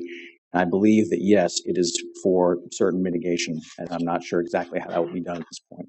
Mr. Branch. As petitioner, have you looked at possibly incorporating the north, east, and west facades of this building into a future structure? I mean, is there some sort of practical difficulty? It might be a question for designer, the architect. I mean, to me, I would love to if we could keep the facade. And so I'm interested to hear if there's any sort of practical issue doing that. You want to address that? That has been explored, and there are a number of environmental challenges with that would not make it possible for you to build a building that actually embraced the existing facades in place. But we are working with somebody right now who's a salvager to see if we can, instead of just salvaging bricks and pieces of steel, look at salvaging actual pieces of the facade itself intact. It would not work to try and build the building that's here in and around those existing facades left in place. Could you elaborate about, I understand environmental issues, brownfields and things like that. What exactly are we getting at? Well, the one that we've already talked about at great length has to do with floodplain. But there are also, this is a brownfield site. Okay. Ms. Jarrett? What are you going to do with the larger pieces of the facade? I'm going to work with you and your counterparts to see if we can't figure out how to salvage them, either in the building or in the landscape around it. Any further questions? Thank you.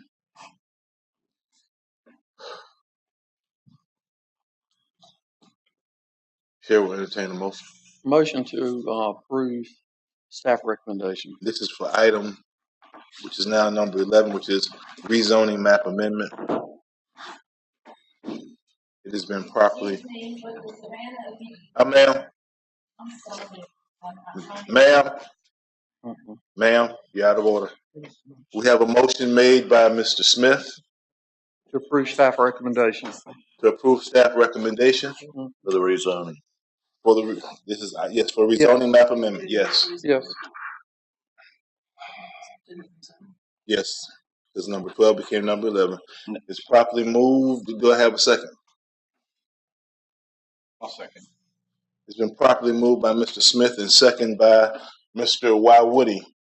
Discussion. I would like to condition that we bring the project back for further review. Second. That's just the zoning. Further review of the design. Well, hold on. We're talking now about the rezoning map and not the general development plan.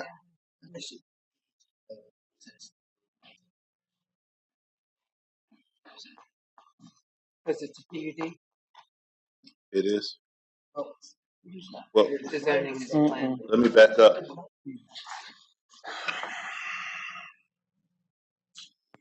I think if I think if Ms. Souther's intent is to make a motion to have the plans reviewed, then that would be attached to the vote regarding the general development plan, allowing the specific plan to come back along with any other. That's what I thought. Okay, the specific development plan and the elevations of the building. That's what I thought. To come back. Any further discussion? We have a motion made and it's been second. Any further discussion? Yes, sir. I'm sorry, but we have to stick to the purview of this board. Okay. First of all, the canal issue with the city, not our issue. City council knew what they were voting for. Go back and look at the minutes. Go to DVR. Okay, because I've looked at it. Sale from the city to the developer is between the purchaser and the city, not this board.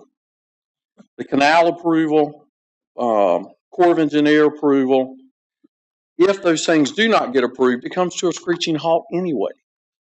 If the city does not complete the sale, it comes to a screeching halt anyway.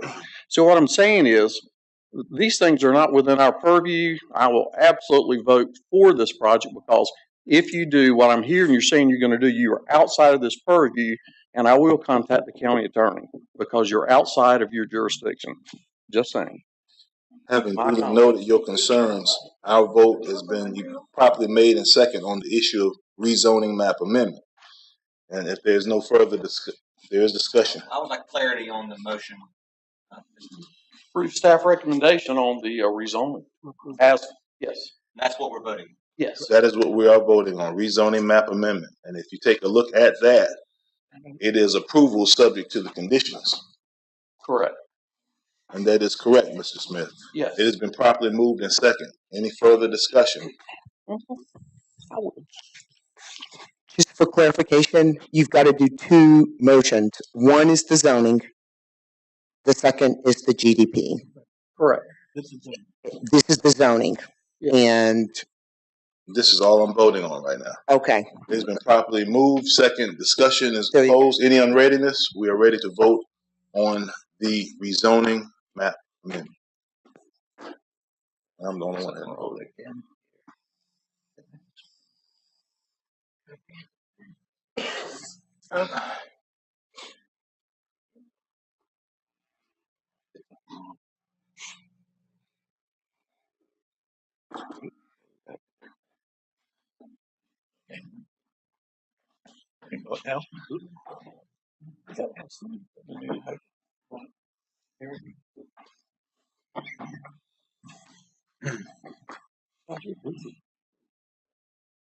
Motion carries. Mr. Smith, I was not going to raise that secondary issue you brought up until we got to this point, which we are at now, which is the general development plan. Chair will entertain a motion with respect to the general development plan. And if you take a look at the general development plan, it is motion to approve based on staff recommendation. It's been properly moved. A second for discussion. Second by Mr. Branch. Discussion, Mr. Branch. I would just, in this situation, the city has sold the property, thereby created a surplus piece of property which they're conveying under the Georgia Code. It would not be eligible for that section of the code which permits disposition without going through bid or other process. And so I would urge us to recommend to City Council that facades be maintained on the north, east, and west. And look, it's part of the city's purview. They're selling the surplus piece of property. So that's my recommendation. That's what I'd like to see taken up. My concern relates to item 5, which is incorporated historic building, and whether we have the authority to do that or not. That is my concern. And when I saw this initially in pre-meeting, I want to raise the issue, but I had not had a chance to research it. But that is my concern. Do we have the authority to incorporate item 5? And I would need a point of clarification on that from a legal person. Yes, Mr. Smith. I was going to clarify my point. Yes, Mr. Branch, I'm sorry. My point is that the city has yet to, my understanding, yet to complete the sale of the surplus property. They have not. And so my point is, get in touch with your city council member, let them know that where you stand, and regardless of whether or not we put it on them through the general development plan, it can be placed on them as conditions of sale. That's what I'm saying. Is we can give them a signal of what we'd like them to do, but certainly the city in this position can make this happen. They can. Is Mr. Chairman? Yes. So is this just, Mr. Branch, just a recommendation to the city? It's not saying we're approving contingent upon they're making the change. I'm willing to say that. Yeah. Are you? I'm certainly willing to say that. Okay. As a you said as a recommendation or condition? Well, recommendation. I'm fine either way. My point is, I prefer recommendations. That's all we do. I'm fine supporting a recommendation, City Council, because I think that's all that's needed, considering their leverage outside of just approving a general development plan. Can I have just a point of clarification really quickly? What you're basically, they're only asking technically to rezone the southern portion or that right-of-way portion of the site. The city council has already approved the northern portion of the property that had the building on it. And that is, I mean, it gets to your point. If you want to recommend, if this is approved by this board, that the city either maintains the conditions that they previously placed on this property when they rezoned it 2 years ago, that's one option. But I want to make sure that we're real clear with regards to what is going on. The city's not selling the whole property. The property owner owns the property that was previously rezoned. They are doing a combination. So, and we asked them as staff, combine the property because it's cleaner going through the development plan review process. They are asking to remove a condition that was previously approved by the city council. So that is the condition, and Matt can go over it, but it was regarding the building. I mean, one of the reasons that I think the board, the community has come out, and you've heard the concerns that at least staff had on that portion of it, was just that. It wasn't on the southern portion that they're asking to get rezoned. It was regarding the existing conditions that were already attached to the building, I mean, to the zoning. So, you know, you've got a right to ask them to maintain the conditions that are currently on the property, which they approved 2 years ago, to accept having the property move forward as proposed by the developer, which is to allow or support demolition and some type of repurposing, which basically we tried to come up with something that would at least get us some preservation of recognition that something was on that site. Or 3, you could recommend denial. I've got an email because we asked the question with regards to the canal. There's been a lot of discussion on that. The city has been working with the proposed buyer for the canal because we wanted to find out, have you looked at that?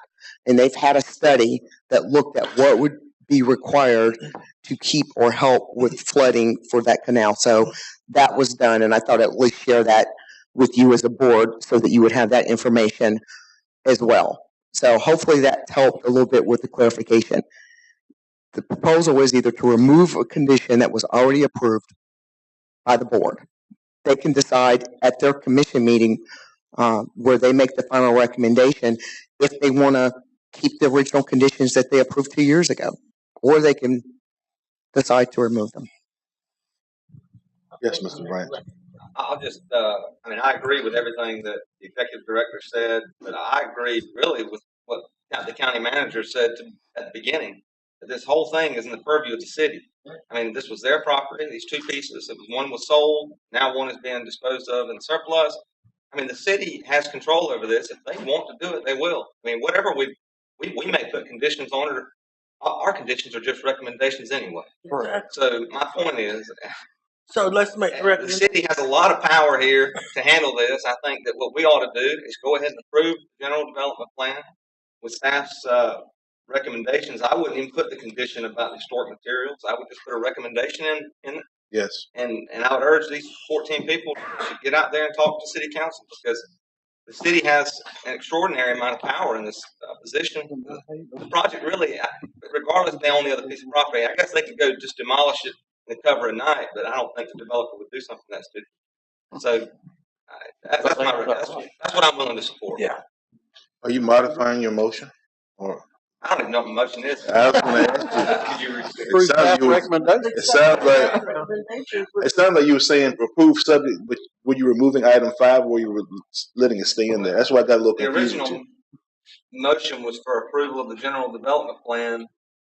I don't know that did the county manager have those 6 conditions included? I don't. Well, here's the thing: you can leave number 5 in there. It doesn't mean city council has to follow. Exactly. Yep. I say leave it, and it's up to them. I mean, we can put 100 in there, and they'll say, "Poo-poo that I did, and we're going to do something else." Or terrific. I mean, all right. We have a motion that's been made by Mr. Branch, properly made in a second by Mr. Smith, if I'm not mistaken. I'm sorry. Number 5 says keep the building right. Yes. Well, no, it does not say that. It does not say that. It says what? It says incorporate some aspect of historic building. I don't know what that is. Yeah, exactly. To be determined. To be determined. Mr. Chairman, can I get a point of order? It was an initial motion by Mr. Smith, and then I seconded it. Is that correct? I thought it was no. We voted on his thing. No, you did on this one. You did the motion, Mr. Smith. I thought Mr. Smith seconded on this one. I thought. I'll take heat if you need me to. Where are we? I made the motion and whatever. Yeah. We had the general development plan. That's right. Yeah. All right. It's been properly moved and second. We've had discussion. Any unreadiness? Can I get one point that Mr. Smith's motion includes the following conditions of 1 through 6? That is a part of the motion. Yes. Okay. Mr. Branch, you had something you wish to add. It's a point of clarity that Mr. Okay, got you. Yes. Any unreadiness? We're ready to vote.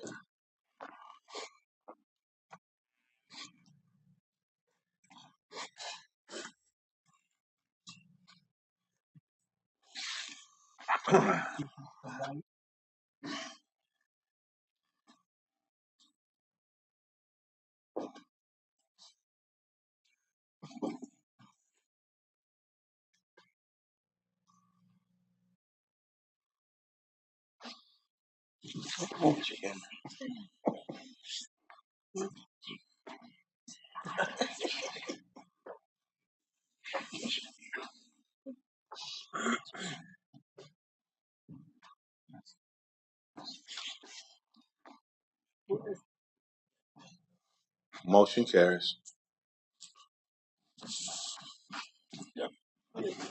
There being no presentations, no other business. Prior to adjournment, I would like to acknowledge that Melanie West, her last day will be Thursday, January 31st. And I want to publicly acknowledge her contributions to the board and what she's done as interim executive director during her time. Is there, Melanie, some event for Melanie?